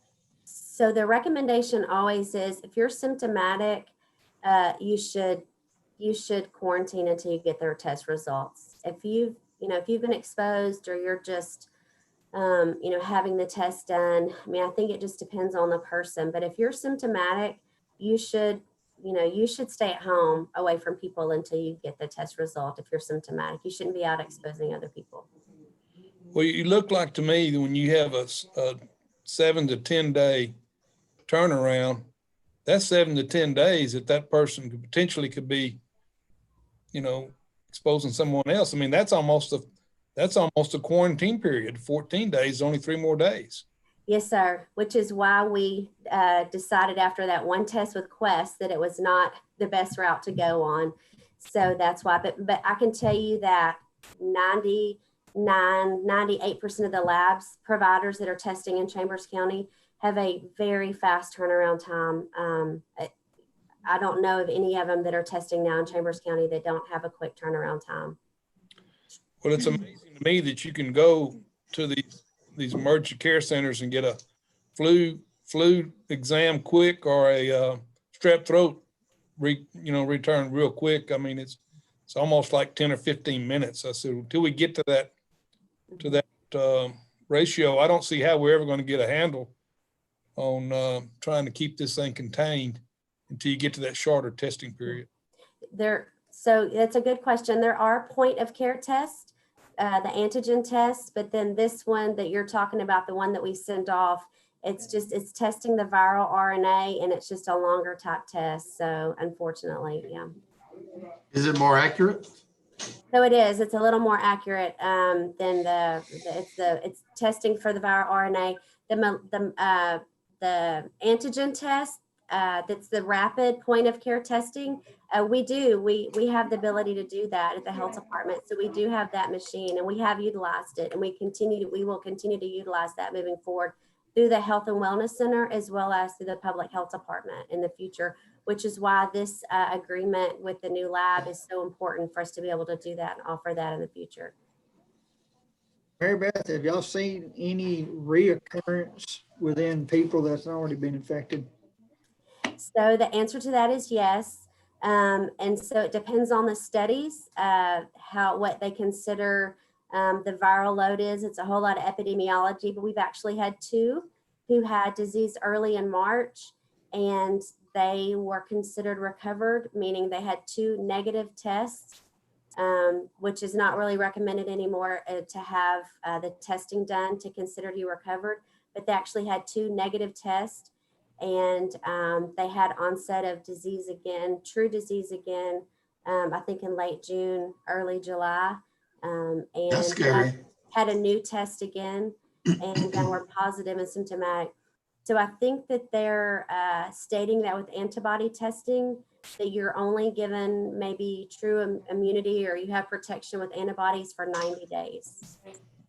Do we know if the effect is less or worse the second time around? If you can even say that, elaborate on that. Yeah, I'm not really sure that that all the studies are back on that yet, but I know that one of them, their symptoms were much worse the second time. I think it maybe just depends on your disease course, And Mary Beth, how is Chambers County positive rates versus the state and the nation? So I'm not sure about the national rate, but I think we've been right in line. We were a little bit above the positivity rate last week, and we were right in line with Harris County. We've been right in line with the regional rates. Texas, I think positivity rate, and don't quote me on this, I think was about 18%. We were a little bit above that. The week prior, we were below it. So I'm not, I'm not sure what the U.S. rates were. I know that I think that Governor Abbott, I think whenever I think that the goal was to be 7, maybe around 5, that a warning level is 10. We really got to get it back down there. Okay. Below 10, around 7. All right, any other questions? Mary Beth, thank you very much. You're welcome. Good job. So we appreciate it. Y'all have a great day. You See too. Gary, you're muted. Maybe you know that. Butch walked by, so I had to mute it. No, you were scared. I understand. All right, so let's go to solid waste. 8.1, discuss and consider the purchase of a tire cutter machine from All Tire Supply LLC in an amount of $53,501.30. Mr. Gorey, take the. Yeah, the bids on all that come back above the 50,000. We're going to have to bid that out. Find a co-op, which I don't think there's any out there. So, we're going to have George in purchasing bid that. And Judge, I was looking at the machine itself. A hand fan machine, or how does that thing work? Yeah. You know, It's that hand machine we looked at, Gary, last time. That same you know, one? we talked about that. You know, I mean, when you got the number of tires we've got to do, a hand fed machine's going to be kind of ancient. You know, I mean, it's going to be. Looks like to me we need some kind of attachment on a hoe or backhoe or something that's got a cutter bar on it and does it hydraulically. But, you know, you're talking about manual feed. You're talking about trying to get a lot. I mean, I don't know what the safety is on that thing, but have you seen it work, Jimmy? Just in videos. I mean, What do you think of it? I mean, it's labor intense. It's labor intense, but anything you do with that's going to be labor intense. I mean, we're going to need a personnel that's going to attend to that. But I mean, we've got to do something. We've got. Well, I'm not saying we don't have to do something, but what I was getting at is they've got those. Yeah, I've seen the ones on the back of the backhoes. I mean, it's the same thing. You still have to get the tires out. You still have to get them unless that backhoe has a rotating head on it. You've got to rotate that tire and cut it up. And I mean, A tire has to be cut into 4 pieces, my understanding. yes, sir, to be able to dispose of So it. if you cut it once and cut it the second time, you got 2 halves. And the third time you cut it, you'll be holding it over some kind of a box or something that you'll cut it and it'll fall off in that box. It takes the manual handling. I mean, what I'm getting at is unless we're gonna let our residents over there at the across the street want to do it. I mean, it's going to be labor intense to. But if we can ever get caught up, I mean, we could start taking that machine to the box sites and cut them there and just throw them into the boxes. Yeah, but we're pretty far behind. I mean, it'll take us all year caught up. I agree. So if we didn't go with this machine, what is the alternative? I mean, you know, we talked about this almost a year ago, and here we are back again. We haven't done anything. So. Well, I we just didn't said budget anything for the reason. Yeah, we don't have 53,000. I mean, he said he had 53,000 in his budget to pay this thing, but if it's above the threshold. Yeah, I was just trying to think of something. I mean, I was thinking we had equipment that you would not have a person out there actually handling those tires. Even if you cut them up, you could have a front end loader pick them up. If you cut them on the ground, but getting out of doing it manually, I was just trying to, even if we had to spend a little more money, I think we'd be way ahead of the game if we do it that way versus. Well, what I'm asking is, what else is available to cut these up if we didn't? Right, what are our other options? Man, They got cutter head attachments that go on the back of a piece of equipment. We just don't have a piece of equipment to put them on. So what's our other options? I mean, we're not the only one having this issue. Is there other, I mean, I know they're doing things with tires over the years. Can you get Eddie on the phone? I mean, because, I mean, there's other machines out there, but some of those machines you get on up, I mean, they're costly. I mean, that'll shred them tires up, but still it requires personnel. Well, I know, but what I'm trying to do is not have to handle the tires personnel. I handle the tires with a machine. I mean, you take that machine with that hydraulic cutter on it. I mean, it's just a blade with a V, you know, I mean, with a flat plate on it. It just chops it in, you know, I mean, just cuts it in two. I think if we're gonna get into cutting the tire, Need it. with a piece of equipment, not manually, not like Well, running. this new, you lay it up on there, it cuts it, and then you rotate it on a table and it cuts it again. And Yeah. but you got to get the tire up on there. You're right about that. I mean, They're all gonna be labor intensive, Gary. I don't care what you do. I don't know that you're gonna be able to just cut those tires on the ground if you had something to pick them up with, but you're gonna be handling tires no matter how you look at it. You cut that tire up and you take a front end loader, you got a pile of chunks over here or 4 pieces over here on one side, and you take that front end loader and load them up and put them in a dang dumpster. Which is what you would do with this. You're talking about two-piece equipment, but we got front end loaders. That's not a big deal. I mean, we can cut up a bunch of them and then come in there and load them all at one time. But if you, looks like to me, if you got a man having to turn that table and cut those tires 4 times, you're gonna have to have at least 2 or 3 on there. You don't need a shed to put him under. And then you're gonna have to throw the tires out there far enough that you can still pick them up with a front end loader. Okay, there's some details that need to work out. I think Gary and Jimmy needs to work with Eddie and figure out the best thing to do. Eddie's on the phone. Got a question for him? Eddie, you there? Yes, sir. Were you listening to the conversation? Yes, sir. And we contacted Colleen.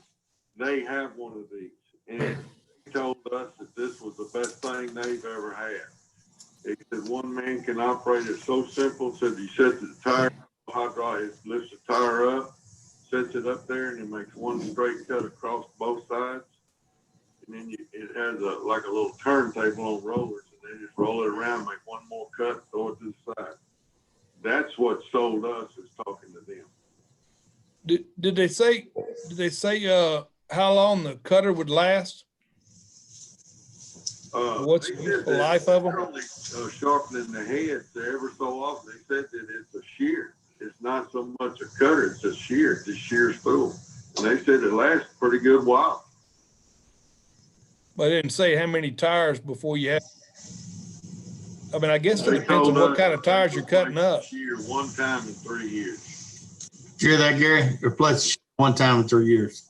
They replace the blades one time in 3 years? Yeah, so Eddie said. Did they indicate how many tires they cut up with it? Evidently, they cut quite a few. We didn't get into a long detail about how many they cut, at one time.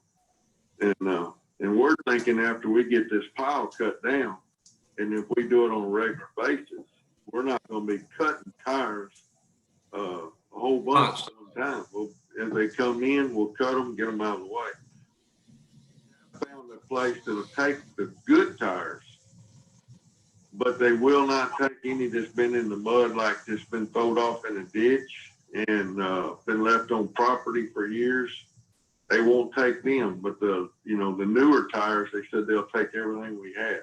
Well, they can get them. We have to take them to them. We have to take them to them in Cleveland.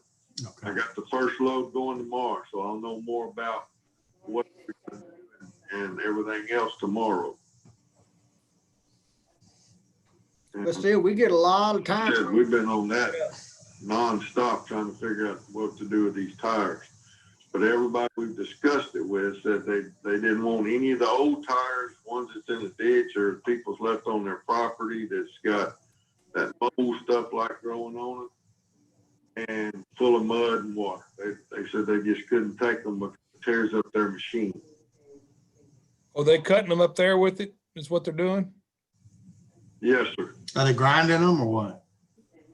I'm not sure. This will be our first load and we'll know, but they are TCEQ approved. Approval from them that they can take them because they'll give us a disposal permit. And what do they charge? What are they going to charge us per tire? Did they say? It's I think it's 150 a ton. So I'm sending a 4-yard dump full of it. And they said that's big tires, little tires, whatever. It's just by the ton. Where Liberty Tire was wanting to charge us, they didn't want any of the truck tires, and it was 1,000 a ton. 1,000? Yes, sir. And that's when I got on the phone and I found this place in Cleveland, and just a little family-owned operation deal, and he said he'll take. So it'd be interesting to know what they're actually doing with the tires that they're taking. Well, yes, sir. We're, like I said, the first week I'm going tomorrow, and I was planning on kind of going with him so I could see the operation. So if any of y'all wanted to ask me questions, I could answer. I think 150 a ton is cheap compared to That's fine with me. We can load up. $53,000 machine. And it's over the bid amount. We'd have to go out for bids.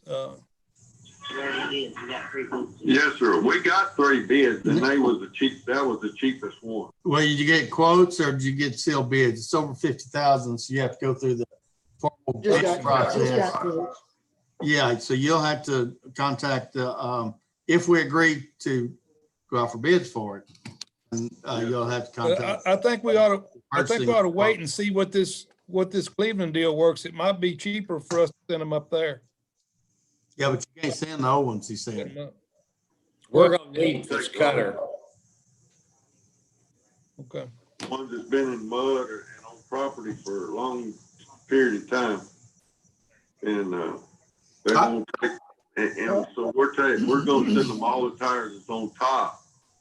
But when we get down to the ones down in the mud or that we've had for over a couple of years back there, I don't know what they're gonna do. If we could clean them and send them. Well, they get hard over time. If you leave them, that sun will bake them and they get real hard. And they're probably not wanting any of those old hard tires. It's still got to go out for bid, or I think it's still bid if it's over 50,000. Yeah, I think we need to get with George and go ahead and do a bid process on it, Judge, and see what we come back. Well, the first step is, Eddie, you need to put on the next agenda for permission to go out for bids for this equipment, and then we go through the process to actually purchase it. Judge, we can't do that under the way something. this agenda's written. We can't make. a Discuss, consider the purchase of tire cutter machine. I mean, if you want to make a bid to give them permission to purchase the tire cutting machine. It's still got to go out for Permission to bid. bid out the, yeah.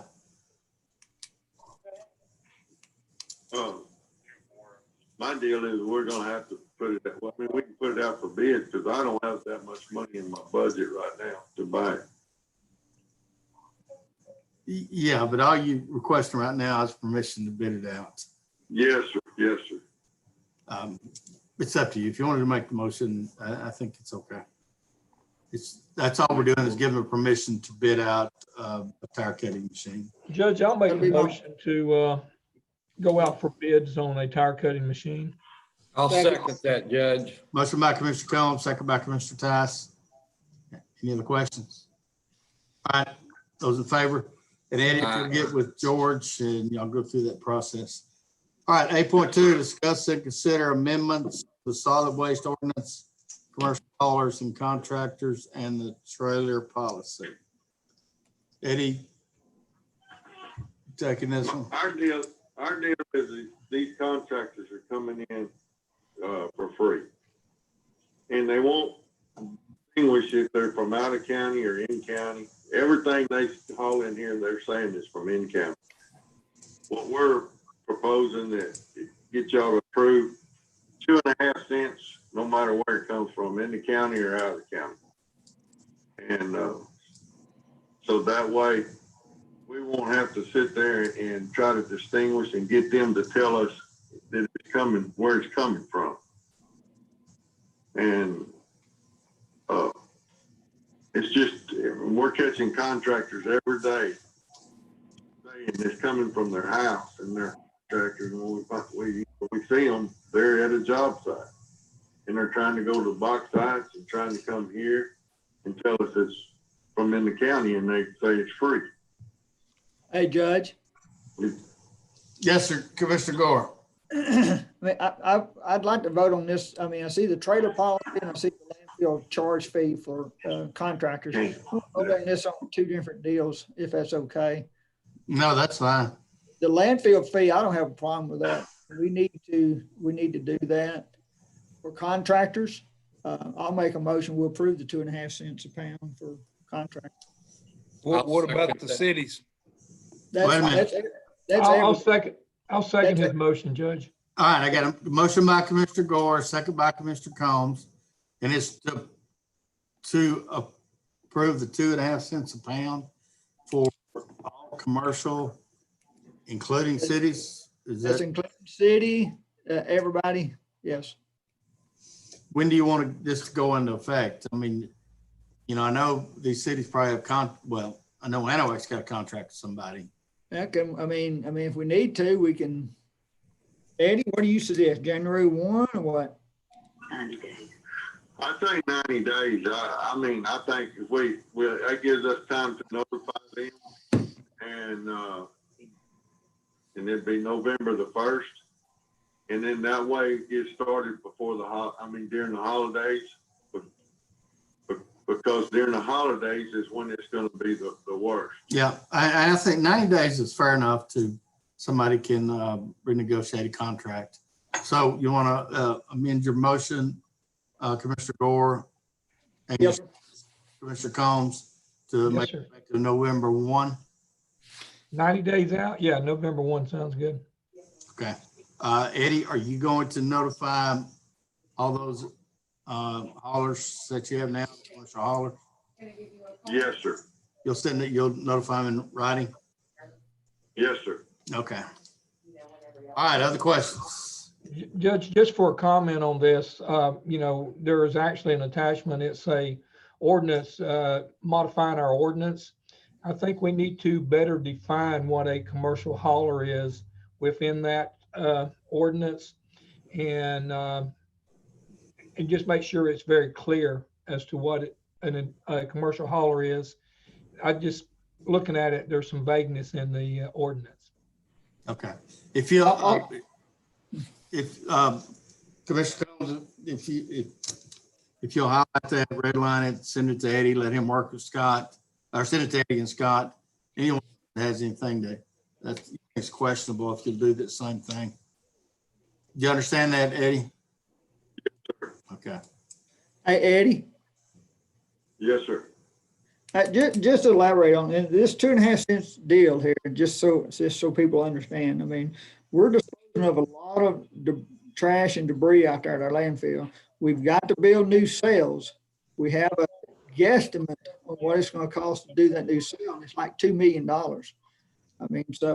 This here is going to help not only offset a little bit of that, as well as maintaining the roads and the machinery and everything else out there at the landfill.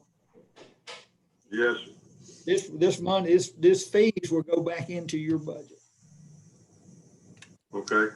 Yeah, I'll go on the revenue side of your budget. Okay, so is this comparable to what other folks are charging?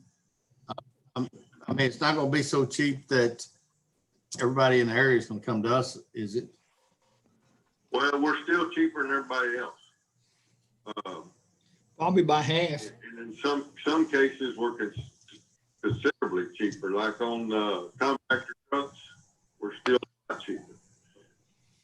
And but residential, but small loads like 16-foot trailers, we're real comfortable in there. Okay, so maybe this is the first step.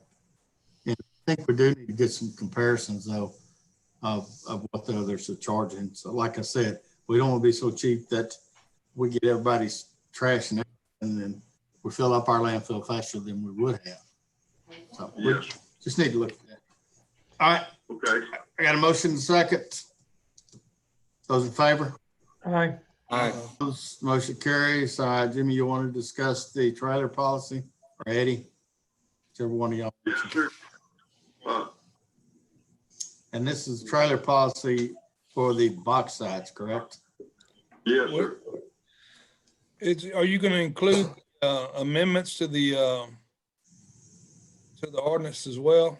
Because there's I want to discuss the temporary disposal permits as well. It's on the agenda. Okay, that's fine. Go ahead on the trailer policy.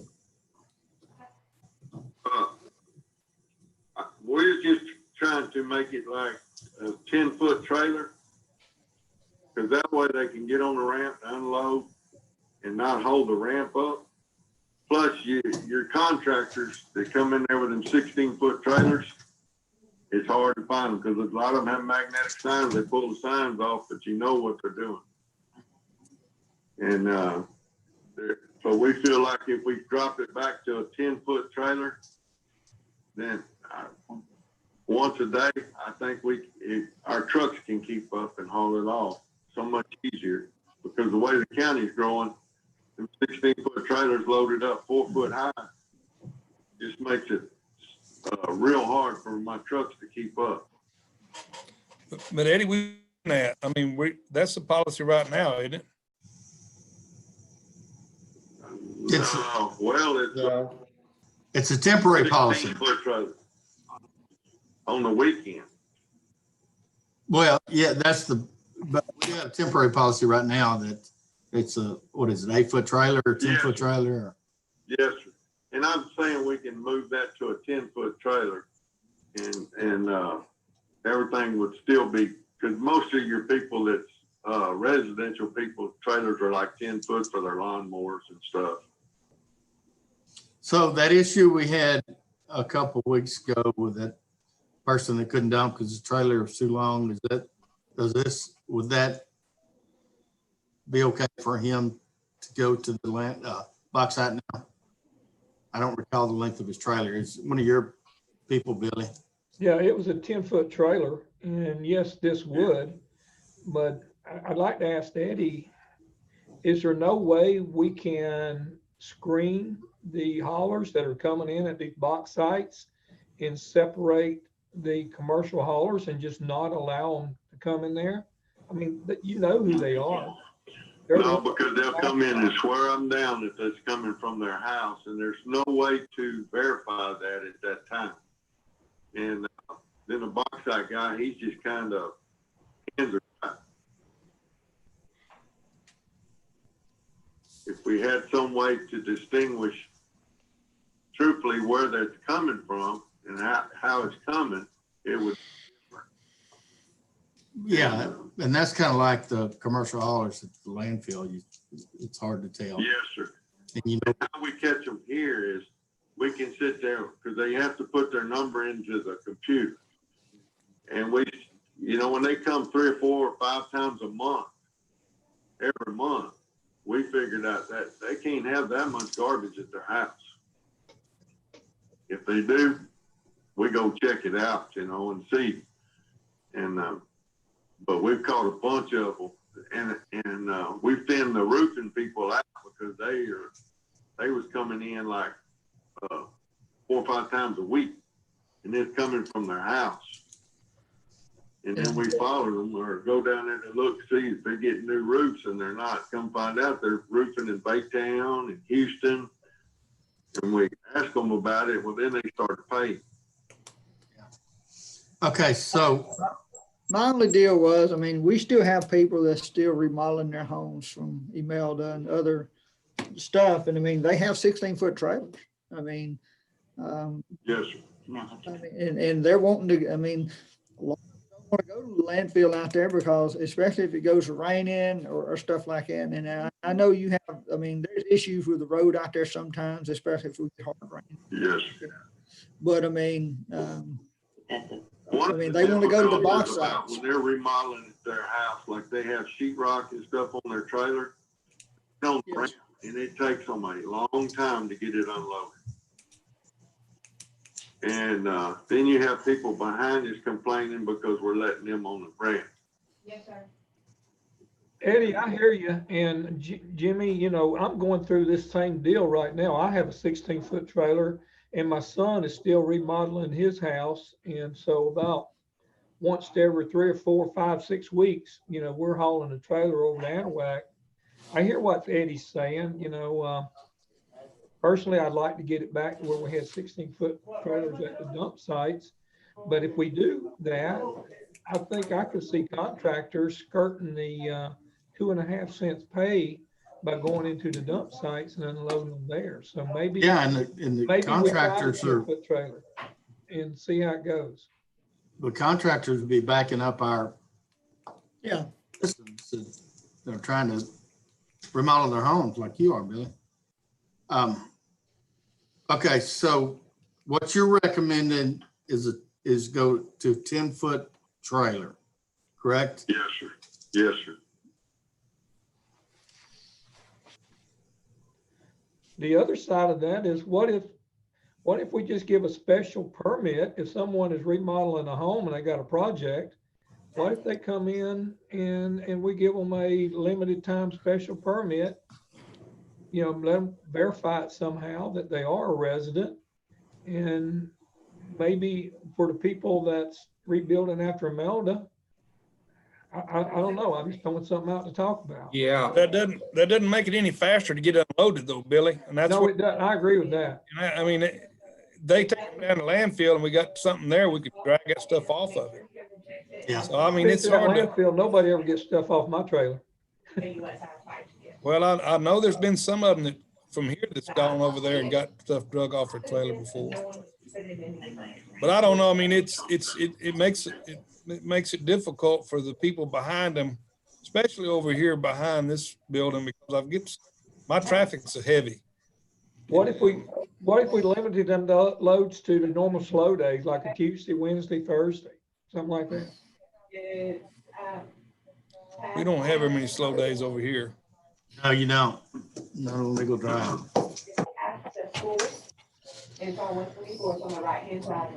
I think to simplify it, we got to keep it at the 10-foot ruling right now. I mean, of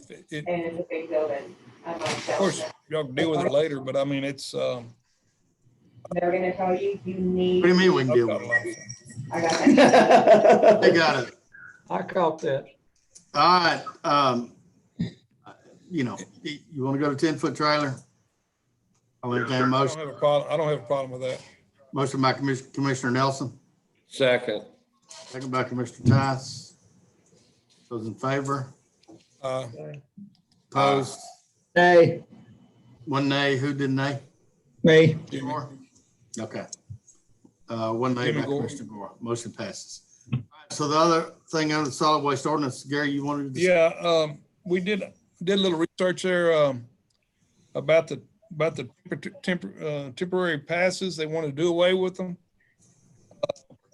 We looked at from the 6th of 3rd of 20 to 7/24 20. Here's the deal there. Hang on a minute, Eddie. Let me tell Eddie, you. hang on a minute. Let Gary finish. Let me tell you what we got, Eddie. We did roughly 30 temporary permits. 23 of those was for paper plates. And the paper plates takes a long time. You know, I mean, to get your regular plates, it's not real fast. We don't charge for the paper plates because they come back and get a sticker when they get their regular plates. And that's when we charge them. We charged 5 of those people that got the temporary permit. This is where you go. That we charged was based on, they had another contractor that was working at their house, and the resident came in and said, hey, we're doing this. And those ones we charged, but we had 2 that was exempt from they were over 65. But I just don't want to see us do away with the temporary the temporary permit because of the paper plates. We got a lot of people over here that buy new vehicles, and it would make it Temporary. it'd make it hard for them to go to the landfill or go to the collection station in that truck, because the tenants basically turn them away saying, well, you don't have a permit, and that temporary permit gives them that right for 30 days or 30 or 10 dumps. Okay, Eddie. I'd like to keep that part of it kept in in our contract that we've got. Eddie, go ahead. And I understand it, and I'm like you, we tried to figure out how we could do that to get, like certain people that really honestly going to use it correctly. But what happens is the contractor gets that permit for that person. Then they go down the street and do it for the next person. And they're charging them people. And we're kind of at loss there, but we're trying to figure out how we can make the contractors come here so we can make sure that they're doing it legitimately for that person. Well, but by putting it on a 10, you've stopped a lot of that. I mean, if they're going to put on a 16-foot trailer, they're coming to landfill anyway. Yes, sir. So, I mean, if they do 2 jobs, I mean, When we they can go cut. down, the problem is when they go down the street and to the next house and they charge them people to dump, And then when they get here, they're using the same permit for that last person. Well, we can cut it to 5. I mean, I don't care whether we cut it to 5, but Can we color just code? leave it at 10. Can we color code the permit that we give them? One for Just contractor, print it out. residential? We can't do that because we Yeah, can we could do that. We can't do that here because our printer only does black and white. No, the paper, the colored paper. Pink or orange, whatever. One Maybe orange. in secretaries. I mean, that thing, my way my printer works, I'm not sure what, it's got 4 or 5 different containers and I'm not sure which one it pulls from. Okay. Yeah, Lisa probably knows. You can put a different color paper Well, I'm in not there. worried about learning it. Gary, you're acting like you're a short timer. I am short time. I'm a lame duck. That's what I got called the other day. So what's the color Name paper? calling. What would the color paper designate? It would designate a residential person doing their hauling from their house, or if it's a contractor that comes in here and gets it and is hauling for somebody. That might work, good.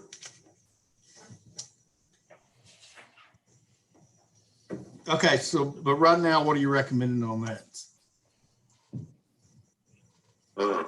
To do away with the temporary permits, right? Well, ones except for like Gary was talking about the residences, you know, I don't have a problem with them, but the contractors, they need to pay if they're charging them customers. And I still think, because we run into a deal in Winnie not long ago, the lady paid the guy, and then he found out he'd get a permit, he wanted his money back. And so, just do away with number 2 and then do the colored paper deal for residents. Okay. Well, I still say we got to have the ability to issue a permit for someone with a new vehicle that has paper tags. All right, so Eddie, if you'll get with Gary and Jimmy, y'all work out that portion of it and redo this solid waste department, what's it called, ordinance? Yes. And redo it, show what the changes are, let's bring it back to court. But you know, we've already approved the 2 items. So bring that other one back to court too, and figure out how you can do it, still help the residents, but not let the commercial haulers. And if there's anything else, you 3 guys as a committee say that needs to be done or changed, you know, let's do it. We bring it back to court. Put Gary on as much as you can for the end of the year, Judge. Better hurry. All right, so no action on that. Anything else, Eddie? We approved the 10-foot trailer and also the increase for the 2.5 cents. All right, thank you. Appreciate it. Thank y'all very much. All right, we are down to executive session. 13-1. Which one, Gary? 13-1. All right, yeah. 13-1, discuss and consider new fuel systems by Basco Services for the Anahuac Airport, the amount of $68,785, and the Winnie Airport, amount of $28.50. Aaron's going to take that. Here, I'll let you figure it out. More commissioners. So myself, Commissioner Gore, Lawrence, we worked on getting this together. So you can see what the cost is for fixing the for Anahuac and for Winnie. We're looking to use some grant money for both of these projects to help pay for it. I haven't confirmed with Lawrence just yet on how much the grant's going to fully pay. So I will, we'll make those adjustments, but the total amount is going to be the same. Hey, Aaron. Yes, sir. Just for verification, I mean, I know this is over the amount that we had to bid out, but this is being under an emergency situation to get that airport back up going, so we don't have to do the bid process through George. Yes, sir. I did talk to George about that to confirm, just to make sure that we were all on the same page. And he did, first thing he did say that since this is a emergency to get those fuel tanks fixed for safety and that, he was okay letting this go through as a mercy purchase. Did you look at the difference between what was going in at Anahuac and what went over at Winnie, why there was $6,000 difference? Winnie's in better shape and has a little bit better up to date than what Anahuac was. Anahuac need a lot more repair and more updating to get where we need to be. Does this consider something for safety, Jimmy, or is it a safety issue? Yes, sir. Because it's got a filter system or a different type of filter system? Well, it's a different type of filter system. It's filtering as it goes in also. But we'll still be taking the samples and everything and updating the, out here at Anahuac, we'll be updating the fuel system, the dispensers as well, the machines. So, I mean, it'll have an updated credit card deal on there to anybody, regardless of who it is, we can track them to see who puts fuel in their planes and everything. We'll be able to keep up with who's doing what now. In case something happens, we'll be able to go back and won't have an issue of locating them. Okay. So how does that work, Jimmy? How do they track them? Do they have to enter a code? That's above my pay grade. Huh. No, I mean, in pay grade. Yeah, in that credit card machine, the way that the Basco was talking about it, the way it's set up, they can track it back. Well, through a credit card, I guess so. Okay. Yes, sir. We have credit card machines on them right now, don't we? We do, but the technology is not there to do what we need to do.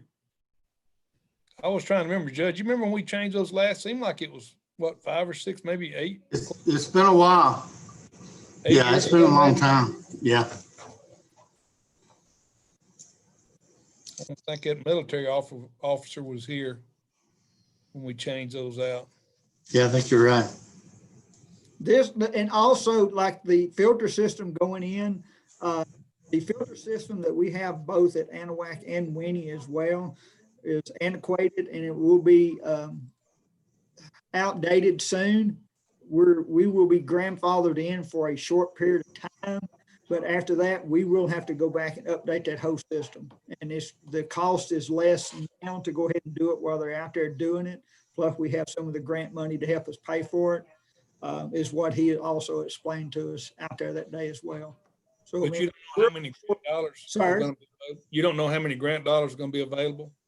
I don't. Lawrence and them and Bobby Hall and them's checking into that.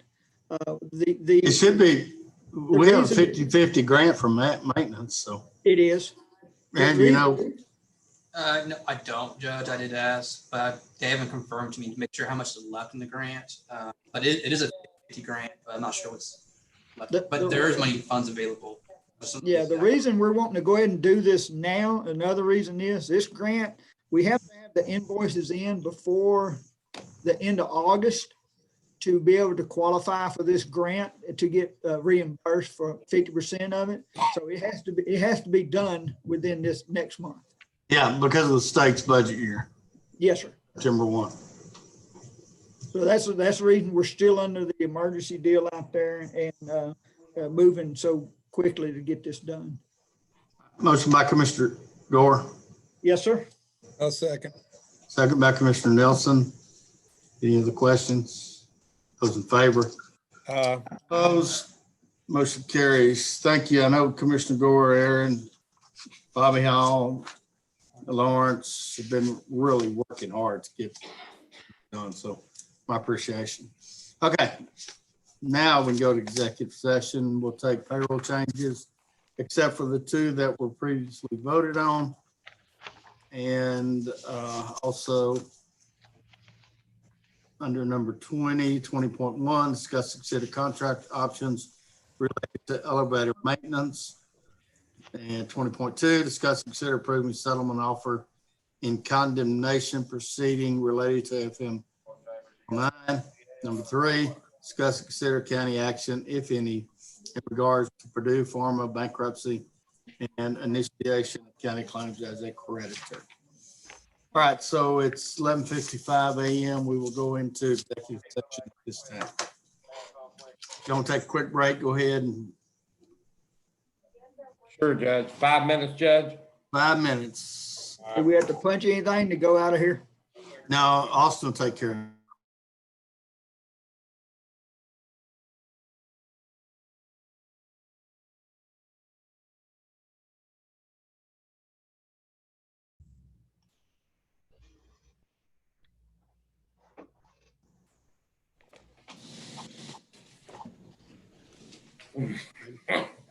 We're back in. All right, Chambers County Commissioner Court come to order after executive session. It's now 12:59 p.m. We go to under consent 19.6, approve payroll changes, and I will entertain a motion. Move to approve, Judge. Second. Motion by Commissioner Cone, who's second? Mark? Lame duck. Oh, lame duck. Motion by Commissioner Cone, second by Commissioner Nelson. Those in favor? Opposed, motion carries under executive session. 20.1, no action. 20.2, I'll entertain a motion.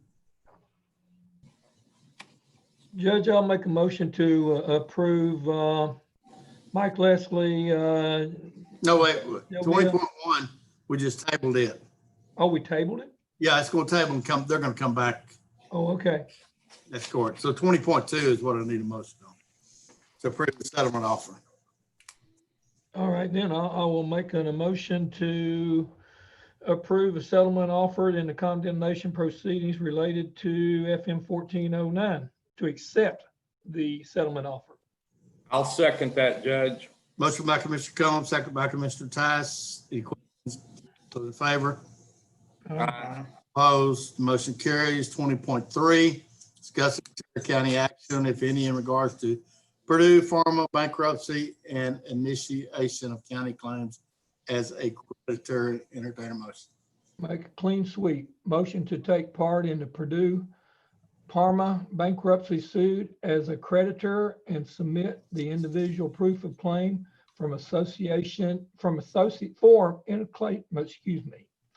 individual proof claim of form associated with the suit. Second. Motion by Commissioner Combs, second by Commissioner Gore.